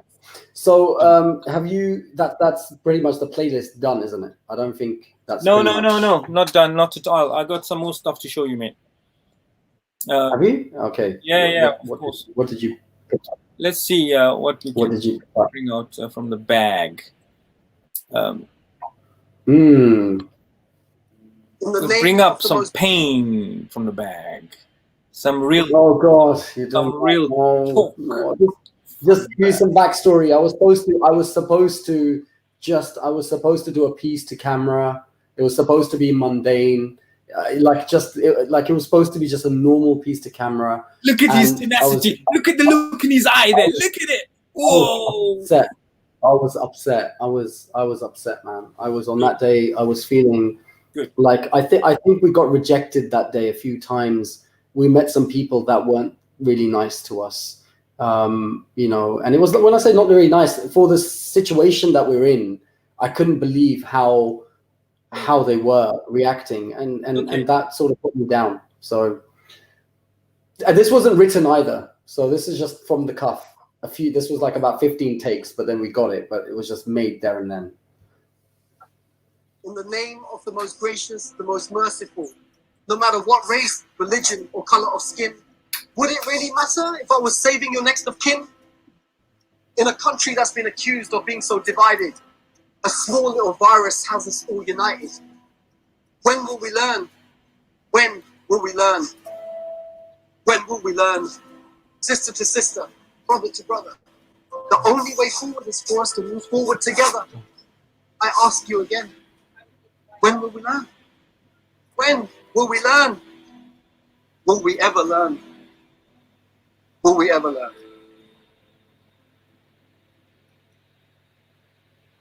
Yeah, I think, those are powerful words. It's not scripted, I believe. Yeah? It was off the cuff, and then I made it there and then, I wanted to get the message, we need to learn. Because if in a time of crisis right now, we're working together. In a time of crisis right now, you don't care about the color of my skin. In a crisis right now, you don't care if I'm black or if I'm a Muslim, if I'm a Sikh or a Hindu. If I'm saving your life as a doctor, you don't care. If I'm dropping food to your grandparents or yourself or your family, you don't care. But if you hate me and you want to even spit at me, you could do so, but I'm still coming to help you and your family. I don't care. And it was just that moment of just when will we learn? And a country that's so divided, and even now with today's PM's questions, and not his questions, PM's speech today, to say that they're making this decision, you've got Ireland and Scotland and Wales, they don't want to take that decision of the lockdown to be released, let alone a country that's divided on a one-to-one basis. The country's divided from Brexit, from all of these other issues that we've had. And now even on the lockdown, we can't even agree. So we are in some ways divided, right? But then coronavirus has come along, but it's made the community united. Even now the government might be whatever, but right now we work together. Regardless of whatever happens, we work together. So it's so important. And for me, it was so important to let people and question that when we will learn that, look at how we operate under a time of crisis, that when we move out of this and when we move forward, the clue is in the name of the country. You know, this is supposed to be the United Kingdom, okay? And how can it be a great kingdom unless it is truly united? And it was like within that, it's just like the error and terror. You take the T away, there's an error. You know, if you take there's no kingdom without it being united. Simple as that. So I think it came from that, and then it was just something so important. And I thought to myself, you asked me what did I do before? I used to make music when I was younger. And then it's just from those days, I think I used to write a little bit of like poetry, but that's just like hidden somewhere in the depths of my heart is somewhere there. So I just exercised what was there on the spot, and that's what came out. Good. I'm glad you did. I'm really glad, and I'm sure we're all glad. And we want to see more of that kind of stuff because... Really? No, man. No. Well, Riz, I want to shift it... I want to shift it to more something that's close to my heart in terms of, you know, support from other Muslims. Like, I believe, do you get the support, enough support that you deserve or you need to get such an important message out? Or is it just, I know the faces that supporting us here, I mean, all of them support the work, but did you expect more? When I set out to make the Error and Terror campaign, I thought it was a no-brainer. I thought this is such a big issue that everyone's trying to deal with it. And I felt that it's such a big issue that I'd just get support like that because it is a big fitna. And I didn't. And it was like a 3-year struggle. It was like such a big struggle to get it off the ground, and I had to put my own money into it.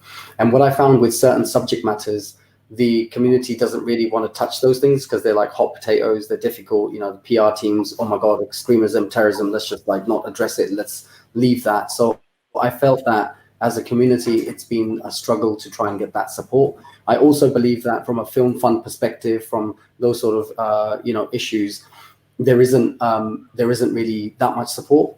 But alhamdulillah, I ended up getting support. Allah subhanahu wa ta'ala gave me support from where I needed it. I mean, there's organizations like NZF, they helped me when I was close to being broke. I got some support from them. I got support from Euro Lambs Foundation, so they helped me out as well. So alhamdulillah, there are some forward-thinking businesses that came forward. I think the community don't understand the value of media and film, so it's difficult for them to support something like this because they see a picture of an orphan or somebody who's dying, and they see some war or they see an earthquake, and then all of a sudden we give so much over there that in fact we overgive. In fact, there are places where there's money being, the charities can't even, this is the problem within the charity sector as well, is that we give so much to certain charities that they can't even meet their charitable objectives because it's difficult for them to even get there.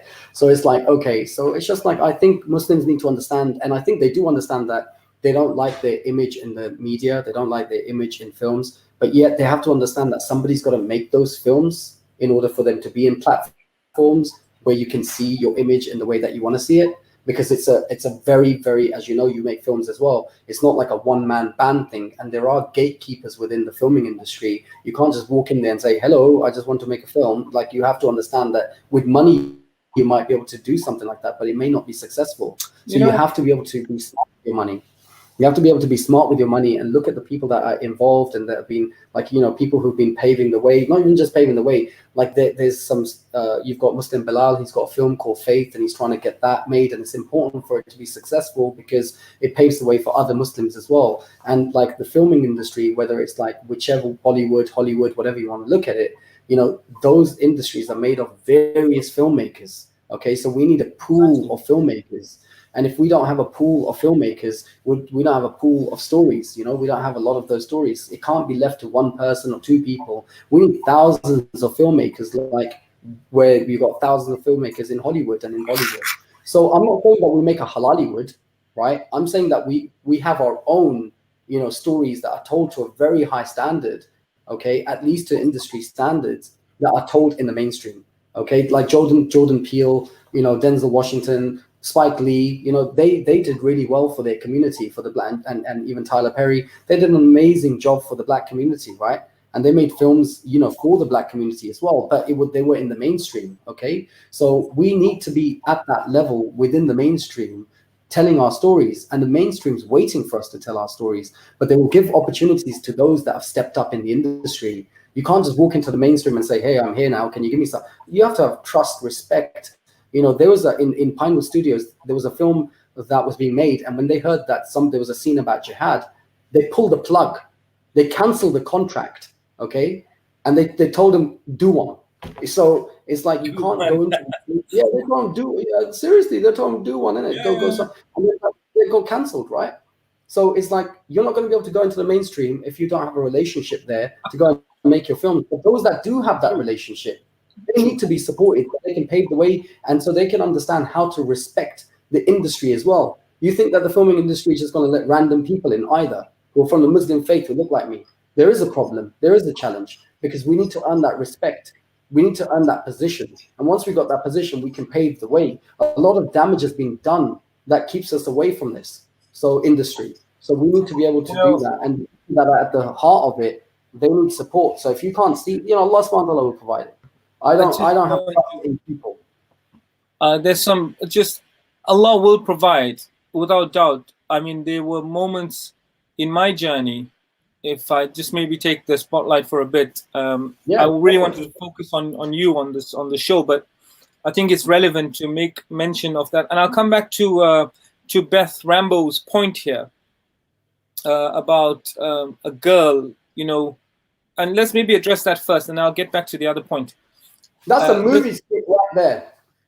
Yeah, I mean, absolutely. So the girl who lost both her parents at the age of 24, who was scared by the entire Muslim community, even though she was raised as a Catholic, right? I just want to stop all the haters for a second. It's not about converting anybody here. The Prophet, religion, yeah. The Prophet, peace be upon him, sallallahu alaihi wasallam, he was a shahida wa mubashshira wa nadhira. He was a warner, he was a witness, a bringer of glad tidings, and he was a warner. He wasn't a converter.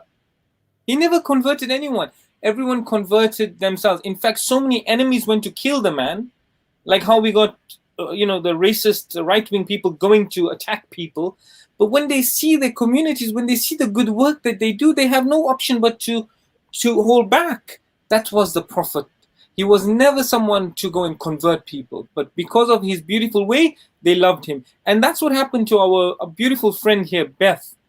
Beth, and I'm sure, her family are still Catholic, and that's okay. And that's absolutely fine. It doesn't mean that, she has to now convert everybody else and it's a ripple effect. No, if they choose to see the difference in Beth's life, and if they choose to become Muslim, then remember, we still believe in Jesus. We cannot be Muslim without believing in Jesus, alayhi salam, peace be upon him too. There's a chapter in the Quran after Mary, that's named after Mary. And this might be obvious to most of you watching, but those people who are watching this channel, watching this show today, tomorrow, and the day after, I want them to know that Islam, the Quran mentions Jesus more than it does Muhammad. So we've got to put things into perspective. It is because of the character of the Muslims people see the beauty, and it's our duty as Muslims to show that character. Getting on to, if you want to add anything, then I'll carry on to Beth's comment, Rizwan. Yeah, what I was saying is that, stories like these need to be dramatized, right? So it's not just about, films that address, these stories are human stories, right?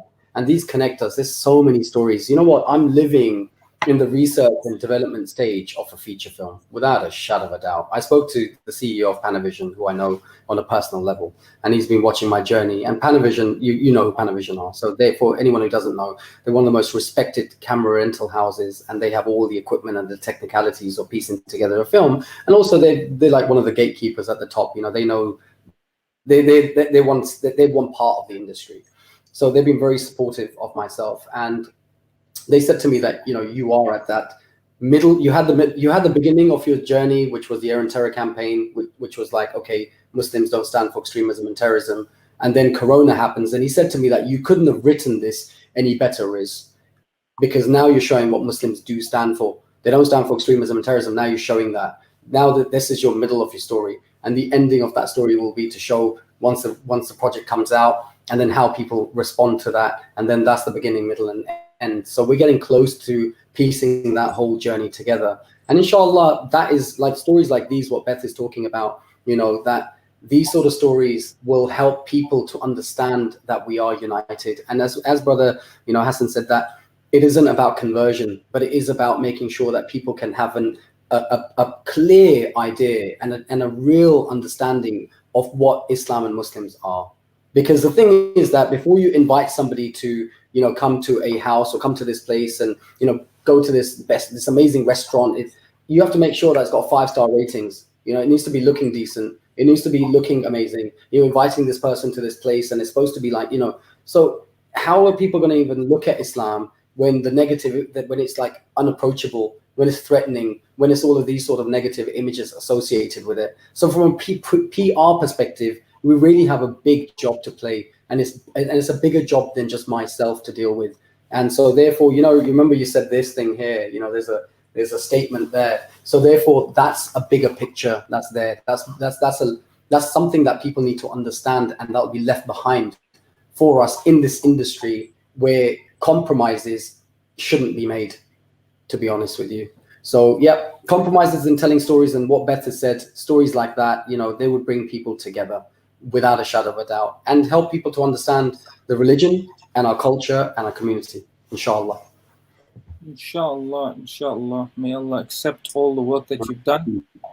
And Rizwan, yeah, I want to get back to, and it's been, we're having fun here talking about things that we love and things we're definitely passionate about. I know we had a conversation the other morning which just went on, and we nailed so many beautiful points.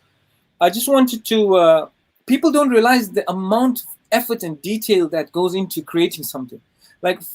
And I love that experience, from the casting to the writing, right? Then, what I really enjoyed also was choosing the wardrobe, for the feature film that I'm working on, and then dealing with the set, dealing with the candle. I got these candles made. Can you imagine? And part of the journey, I got these candles made for the film because I needed it to be a brighter light. Because if you use normal candles bought from a shop, it doesn't pick up well on the lens. So all those minute details and minutia of choices is what I love. But then there's two sorry, you're saying? When you get to set designs and things like that, it's crazy. Yeah, I'm big about that. But there's two stories. It's about, one is the story you're telling, and the other is about how that story was made, how the miracles that you encountered along the way, because your heart is in the right place all the time. I'm not joking. Miracles do happen.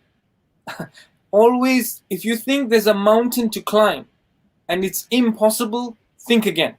Readjust your intention of why you want to climb that mountain, and I bet my bottom dollar, I promise you, your dreams will come true. If your intention is right, God will facilitate your journey. I've seen miracles happen. I can't wait to share the backstory of some of these productions that I've been working on. I tell you, especially Rumi and the Rose. In fact, I'll put that on the screen. I've not shared this with the world yet. As you know, I've been keeping very quiet. I want to celebrate other filmmakers right now. But if you can follow Rumi and the Rose on Instagram, that there's nothing there, but there will be stuff there. We've shot a piece of the movie. We will be sharing that with the world. We'll need your support. For crying out loud, will we need your support? That's for sure. So not only my movies, what about there's like a brother called Muslim Bilal that's just finished a movie now, and because of COVID, they're struggling, right? How can we don't want to be begging for support, right? Yeah. We are artists. We got some pride and dignity, but at the same time, you go out, you go and watch the cinema, stuff that doesn't really have an impact on your life and doesn't really change society. We're trying to do things that will. So please find a way to help support Riz and his good work, inshallah, and all the other artists, inshallah, God willing. Inshallah. So what's next? Yeah, I think. I'm tempted to show something on Rumi and the Rose, but I think I'll wait. Don't do it yet. Don't do it yet. Yeah, no. I think I'll show this. this. Let's show this one here, inshallah. Yeah, show it on a minute. So yeah. Let's enjoy what Riz and I did here together. Ooh, you're putting that on. Okay. Allahu Akbar.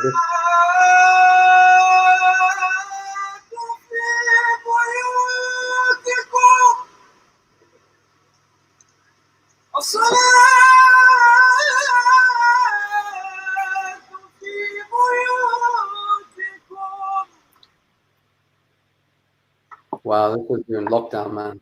Almost. This wasn't lockdown. I hope you and your families and communities are well wherever you are. Without trying to spread fear in our communities, we have a real threat in our midst. It is our absolute duty to protect life as Muslims. As you know, the most vulnerable people in our communities are at risk, and those are our elders. They are the most precious to us. In fact, 1 in 6 people over 75 who get the virus will die. As Muslims, we have a huge respect and love for our parents. And I'm sure all of us do, for our elderlies. In fact, this concern extends not only to our parents and family, but to the entire community. So why do I mention this? Well, we are used to getting together and praying in our mosques and community halls, particularly on a Friday as Muslims. But we get together as one body for decades, hundreds of years we've been doing this. But it's time that we save this body from harm. It is no longer safe to pray together. Learned people from all denominations have decreed that it is perfectly acceptable to pray at home. You don't have to come to the mosque in these circumstances. It is really important that you understand this. It is our duty to pray at home, actually. الصلاة في بيوتكم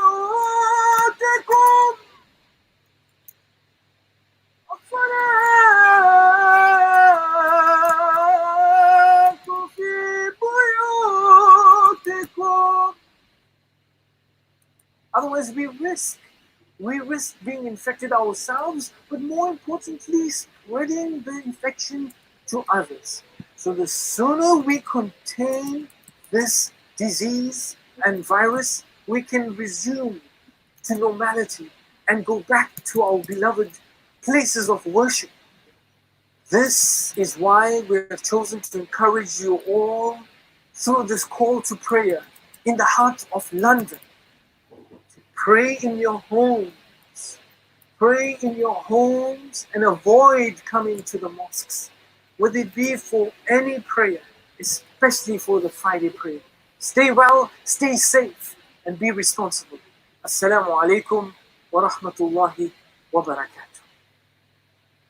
That was before the lockdown. That was when the first vulnerable. I think 1.5 million people were told to shield.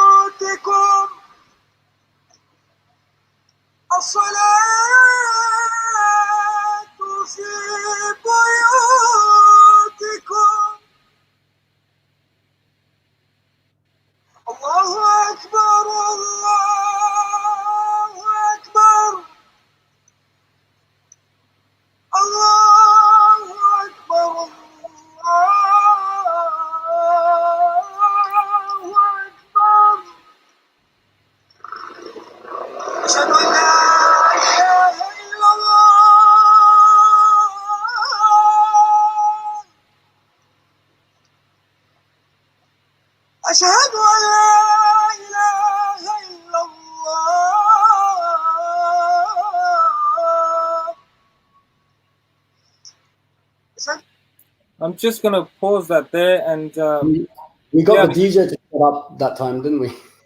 Sorry, what's that? I remember we shut the DJ up as well to do that. We were like, yeah, there was a DJ in Trafalgar Square blaring music, but they were from Japan, and they really appreciated that. You know, it wasn't a well-known DJ as well, by the way. It wasn't like just some random DJ. It was global underground. Yeah, anyway, that's like my jahiliya coming out there. But go on, carry on. Oh, is it? I just want to bring up the information on the screen there at the bottom there before I forget. So follow Rumi and the Rose. That's Rumi and the Rose, my next feature film on Instagram. Inshallah. You'd never find me asking to follow anything online. This is the first time I'm literally publicly saying follow. But we need to get the numbers up. There's nothing on that page just yet. There's just a few graphics and things. The stuff that I want to show is just so beautiful. It's really my life's work almost. You know, a culmination of all the experiences of working in the industry and stuff. I mean, you've seen some of the narrative that I've put together there is. Maybe you want to maybe say a few words about that, the project. In terms of and Rumi and the Rose? Yeah, but not giving away too much, please. Yeah. Okay, all right. So first of all, I would say that from a period drama perspective, you know, Rumi is somebody like that is quite well known in the Muslim community and even in the non-Muslim circles. So bringing that story alive in that sense, it's going to be something that people are going to find interesting. The time to tell stories like these is really, it's very current. Period dramas are, you know, you've got Queen Victoria, you've got Game of Thrones, you've got all of these period historical dramas, you know, various historical dramas. So the timing for a film like this is perfect as well. So the only thing is that it's for mainstream, and there'll be, you know, this is the thing from a Muslim perspective. Some people may not get it, and I think that people need to understand that this is a mainstream production. So it's more about telling a story about a Muslim from that perspective. And I think that the only thing that I personally think is that it needs to be seen as a project that's going to be bringing Muslims and non-Muslims together. Okay, well, so that's why I'm doing it. And just the point about Muslims won't get it. Some Muslims may get it, you know, especially the halal police. The halal police is not going to get it. And to them, I say, Assalamu alaikum, peace be upon you. Change the channel, okay? Because there's a lot of other places you can go. But I'll tell you another interesting. In one of my meetings with a very influential PR, he's a good friend of mine actually. He worked with Ken Loach and Spielberg, and he's a really, really good friend of mine. And we're sitting, and I explained to him my entire script. And after he was blown away. He really loved the story, and he saw that it got legs on it, and it's got a lot of potential. This was going back 3-4 years ago. But he did ask me, where's the sex?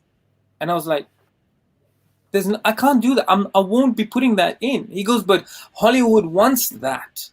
And I said, well, then I'm not giving them that. That's the problem, you see, because they've reduced those bedroom activities to entertainment. And at what point in history was it okay to get a woman to just reveal herself and for her to be, the most private part of a woman and a relationship to just be displayed in that manner? So what I've done, I haven't moved away from in the gestures of love and the reality of attraction, but I'm doing it through literature, through poetry, through beautiful imagery, through things that people love. Beautiful women, beautiful horses, beautiful houses, beautiful wardrobe, beautiful dresses. That's how you do it, right? Because we are people, creatures of beauty. We love beauty, don't we? We're not ugly people. Inside we are. But my point is, God is beautiful. And He loves beauty. And that's Rumi and the Rose, what I'm trying to do.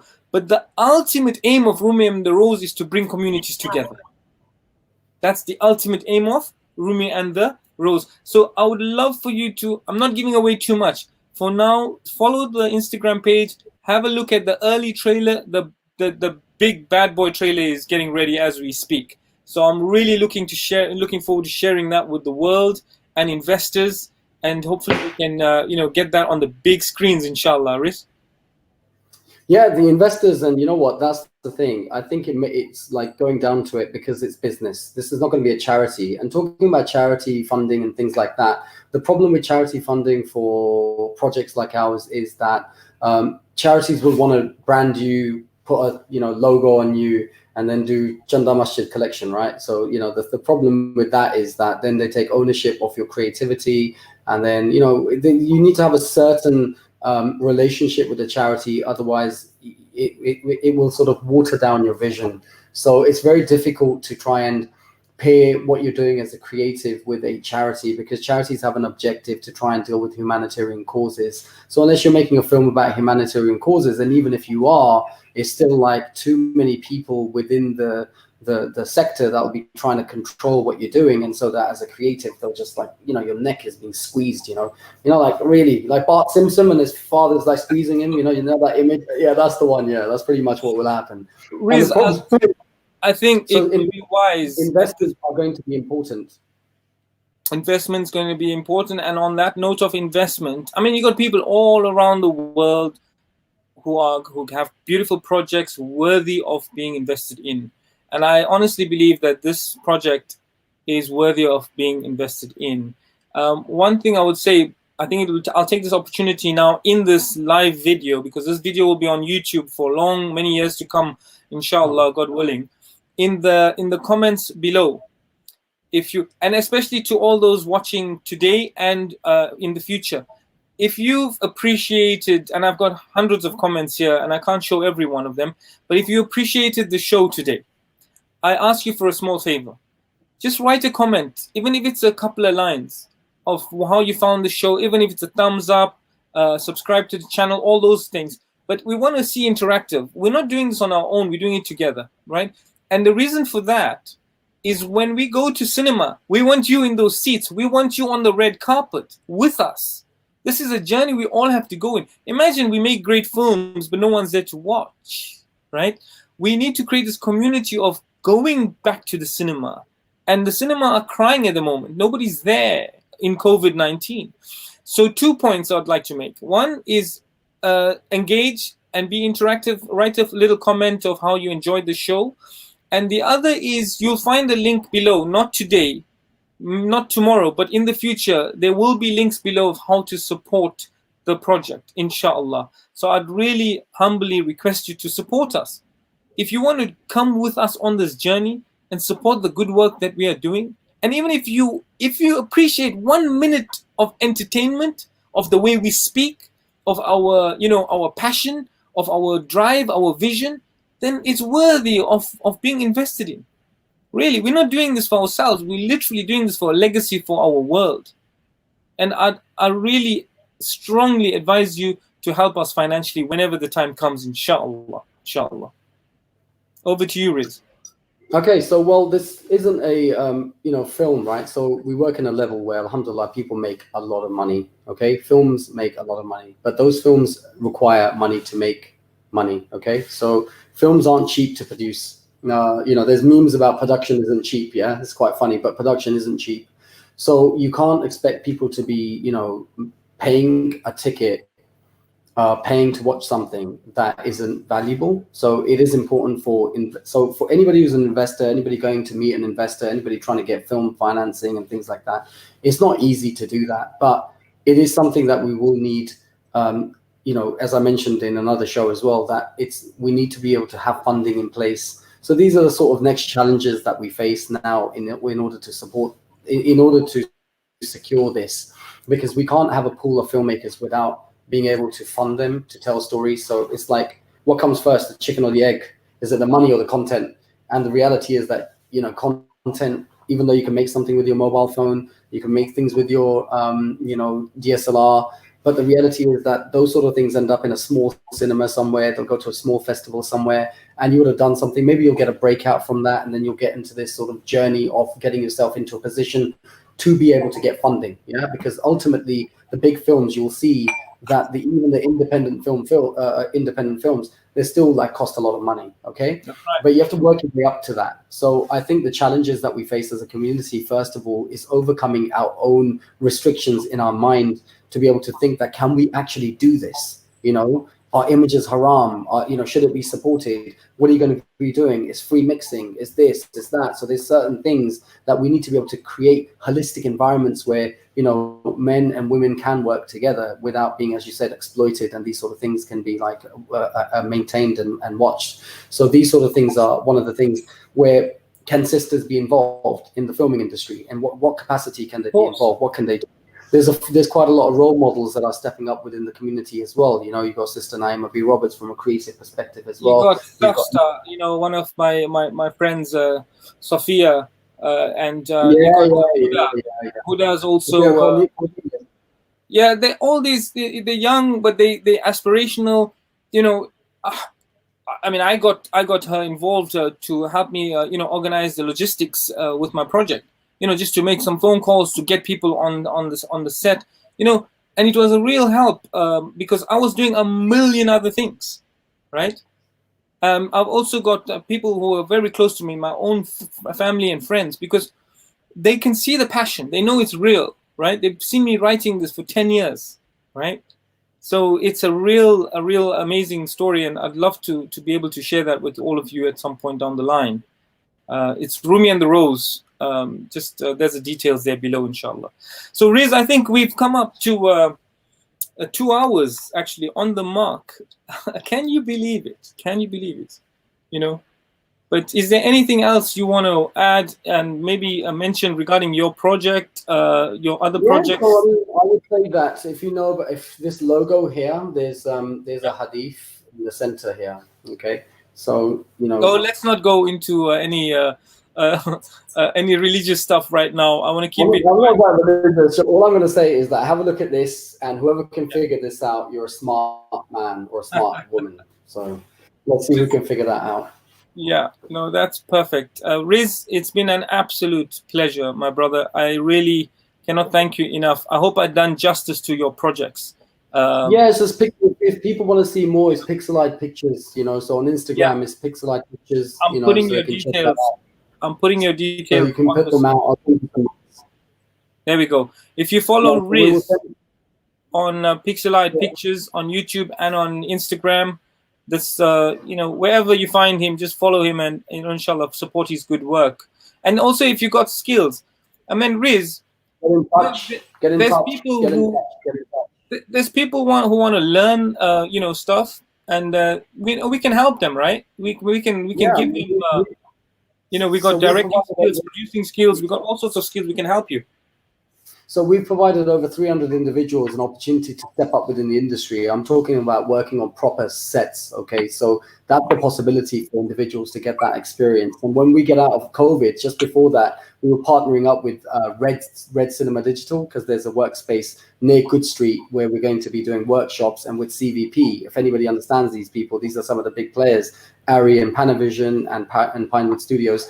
So we were already lined up to collaborate and Take Two and Procam and all of these big players to make workshops that can educate you on how to utilize cameras, how to utilize lighting. And I'm talking about like intense 5-day courses. And we also had scholarships in collaboration with like NZF, and I think Islamic Relief were looking into doing a collaboration as well. So if you couldn't afford to pay for it, they were going to pay for the fees for individuals to get this hands-on experience. So when it comes down to it, I think when we get to it, inshallah, out of this COVID, and even now, what you can do is go online, learn the theory behind, you can do that right now. So if you want to be a filmmaker, if you want to be somebody who tells stories, there's this different aspects of it. You might find that you're better at shooting or being hands-on and photography and the technical aspect of it, and that's what you enjoy. You could find that you are better suited as a writer and you don't want to do the technicalities and you're all into the creative and the direction and maybe even storyboarding. You may find that you like the organization side of it, production side of it, and you like the, calling and maintaining and keeping order of things. You might be in distribution. So there's different roles and responsibilities that people can utilize and put themselves. And right now you can learn these things online, at least the theory. And so on that note, we will have some, courses ready for you, inshallah.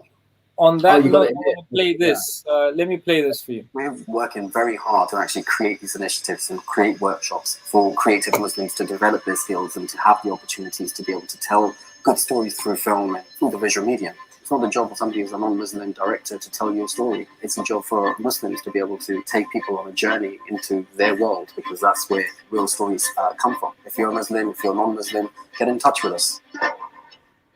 So, I said there that, it's not the job of a non-Muslim director to tell your story, right? This and also editorial control. These two things are so important, because we spoke with one of the execs in BBC, and this doesn't represent just all of BBC. So just so you know, one of the execs, he wanted editorial control of what we're doing now with the COVID, what we're doing in the footage that we're getting. So he wanted us to basically give him that and editorial control. And we said, no, right? We're struggling financially, but I could go to places and sell out, because the problem is then what we're doing is all of this struggle and the sacrifice could be just skimmed into like a 2-minute, 3-minute, 10-minute, 50. It wouldn't do justice and may not see the airtime that it deserves. So these are the sort of things that we have to understand, that ethics and principles need to be laid down. So in order for us to have more creatives, in order for us to be able to have more people that can go to these executives, that can go to these places and the platforms, we need to have more talent. So there's a lot of people out there that have got the ability. And so therefore use this time in lockdown to educate yourself, to get the theory. And then when the lockdown's out, inshallah, there's going to be practical solutions for you to be able to go and do something, to be able to train yourself into becoming a filmmaker, or somebody who can tell stories through the visual medium, inshallah, or even help with Hassan or help with my productions and jump on board as an apprentice and these sort of things. And that's how people, that's how other companies and other industries have been built, by having people who will step up slowly and become masters of their craft, inshallah. In terms of finance, could you give some encouragement to like students coming out, because it's not very easy to just come in and make a living out of it? How do you get people to be more disciplined? Because I know you are flat out, and so am I, but not everyone has that drive. Can you give some encouragement to those who are? Yeah. You know what? I always said to myself, I'm not going to sell a pipe dream to people. And I'm not going to tell you, yeah, you can do it. And there you go. You start selling your all your assets in the house, and you sold your dad's car and everything to make a movie, and you lost everything. Don't do it. Okay, making films is an expensive hobby. Exactly. Never do it. It's very expensive to do that. So it's not something that I would say that is easily achievable.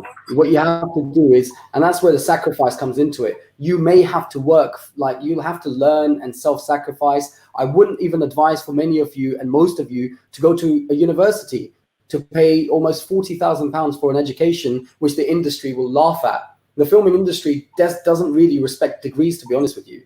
So it respects practical experience. And if you go to certain places like NFTS, or you go to certain universities, they will have like practical courses, and they're very hands-on, and and you learn from like experts who've like worked on big productions. So I would say that if you want to be a filmmaker, then be a filmmaker, right? Like don't just, because what most universities create are film fakers, okay? And basically you have this idea in your head, you're going to make a film, you know, but it's not as easy as that. So if you really want to do this, you got to ask yourself a very important question.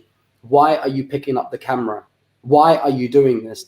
What are your reasons for doing this? And if your reasons are, oh, you know, I like it because I like images and I like it's creatives and, you know, it's very creative. And if you're doing it because of passion and you're doing it because you love the art and the craft, again, that doesn't actually answer why you're doing it.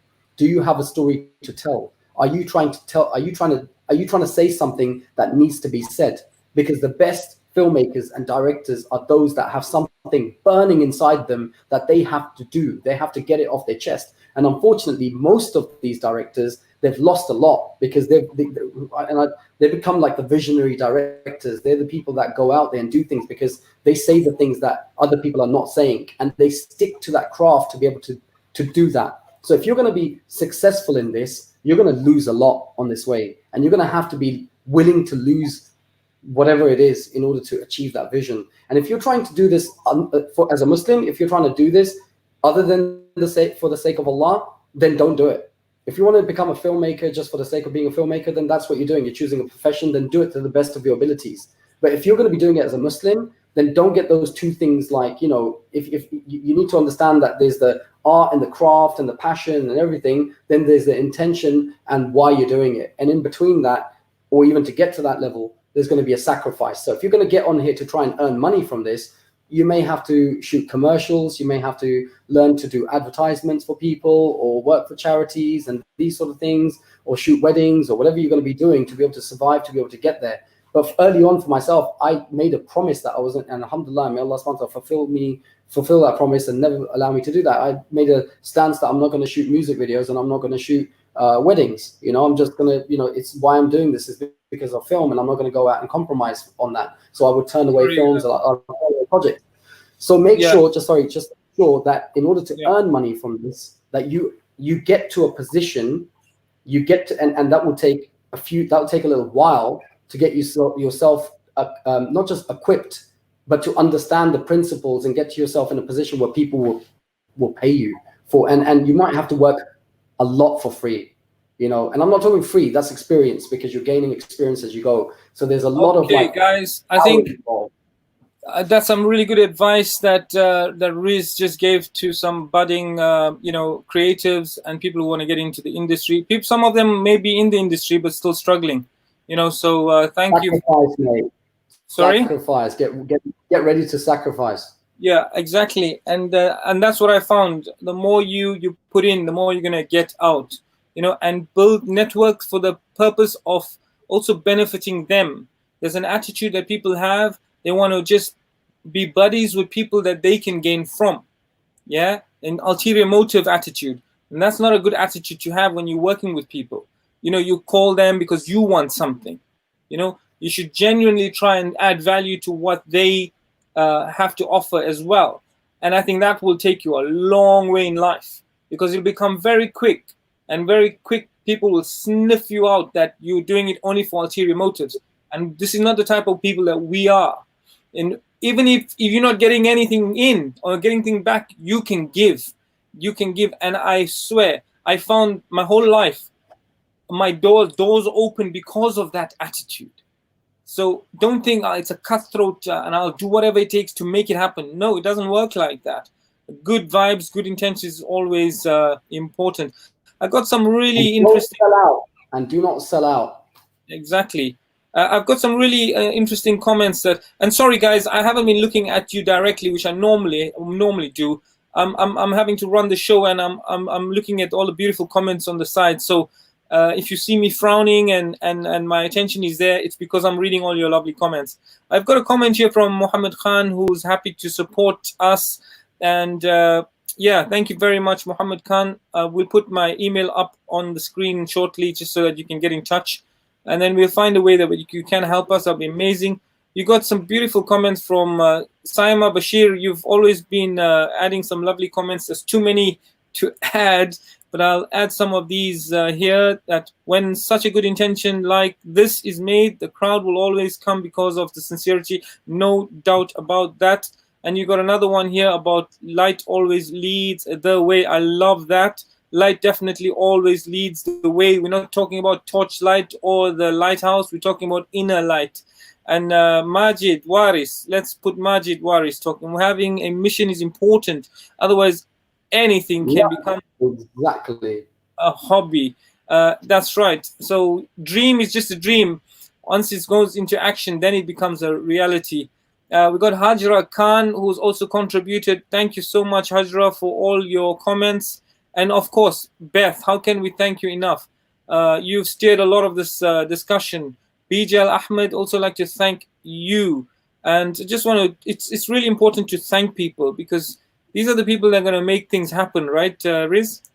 Yeah, I mean, at the end of the day, anyone that's active and listening and paying attention, maybe there's something inside you that's thinking that maybe you want to do this, and you might be thinking you don't know how to. Just know that you just, like, I didn't know how I was going to, what I was going to be doing. I didn't know I was going to work on features and dramas. I didn't want to do that when I set off. But if you become qualified and you start making this sort of journey, then Allah will open the way for you in ways that you can't even imagine. So if you want to do this, then make your intention and do the best you can. Put crazy amount of effort in. Be willing to sacrifice, and you never know that you could be making your own films. You could be doing this as well. And as it is having a mission. So have your purpose and then just go for it, inshallah. Inshallah. Thank you very much, everybody. I'd like to now wrap up. Riz, I'd like to thank you from the bottom of my heart for this lovely, engaging. I would like to go back and really, I mean it. I do hope I've done justice to the work that you're doing.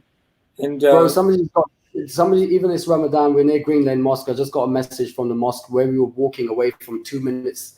2 minutes away from where we were, somebody just shot someone tonight. So we have these problems, man. The community. So make dua for whoever this is. This has just happened. It's with our community. So may Allah have mercy. So sorry to leave you on a dark note, but these are the sort of situations that we face. May Allah subhanahu wa ta'ala make it easy for us. Even in lockdown, people are going to be people. Humans are going to be humans. So look, it's our responsibility. Whoever's listening and watching, please do the best you can. Be the best you can. Even in lockdown, you can learn. You can gain new skills. Make the most use of your time, inshallah. Inshallah. And on that note, I'd like to say thank you once again to Riz and all the sacrifices you're doing, and hopefully you can support us in our good work, and we will support you in your good work, inshallah. And to your team as well, we'd love to also next time we'll try and get some of them. There's some, can you mention their names, some of their names, because I don't want to forget them. There's Shah, Chris, Sherry, there's Nina, there's other individuals as well that will be popping up as well. So inshallah, we will put them on the camera soon, inshallah. Fantastic. And I will thank you and say goodbye to you now. Assalamu alaikum wa rahmatullahi wa barakatuh. Assalamu wa rahmatullahi wa barakatuh. Guys, thank you very much for staying with us for over 2 hours now, talking about a subject that, I'm so passionate about. Film. It's beyond belief. It keeps me up at night. The feature film that I'm working on, been working on for many years now, writing and networking and building that. And that's what, I met people across the spectrum, right from Hollywood down to independent filmmakers. And this is why I want to celebrate some of their good work as well. So, thank you very much for tuning in. We got another comment here from Beth. Let's see what Beth is saying. You can change the world one film at a time. Trust Beth to put the wisdom and the cherry on the top. Thank you so much, Beth, all the way from America. And so we will not take much more of your time. Later down the line, you'll have some links below to support our work. Rumi and the Rose is going to need some financial support, of course, to get it as far and wide as possible. And also Riz's projects, that's really important as well. If there's any other filmmakers that want to get on the show, get in touch with me if you want. You don't have to be Muslim, You could be an atheist, but if you want to make the world a better place, then I'm willing to talk to you, and this platform is yours. So without any further ado, I'd like to say thank you very much, and assalamu alaikum wa rahmatullahi ta'ala wa barakatuh.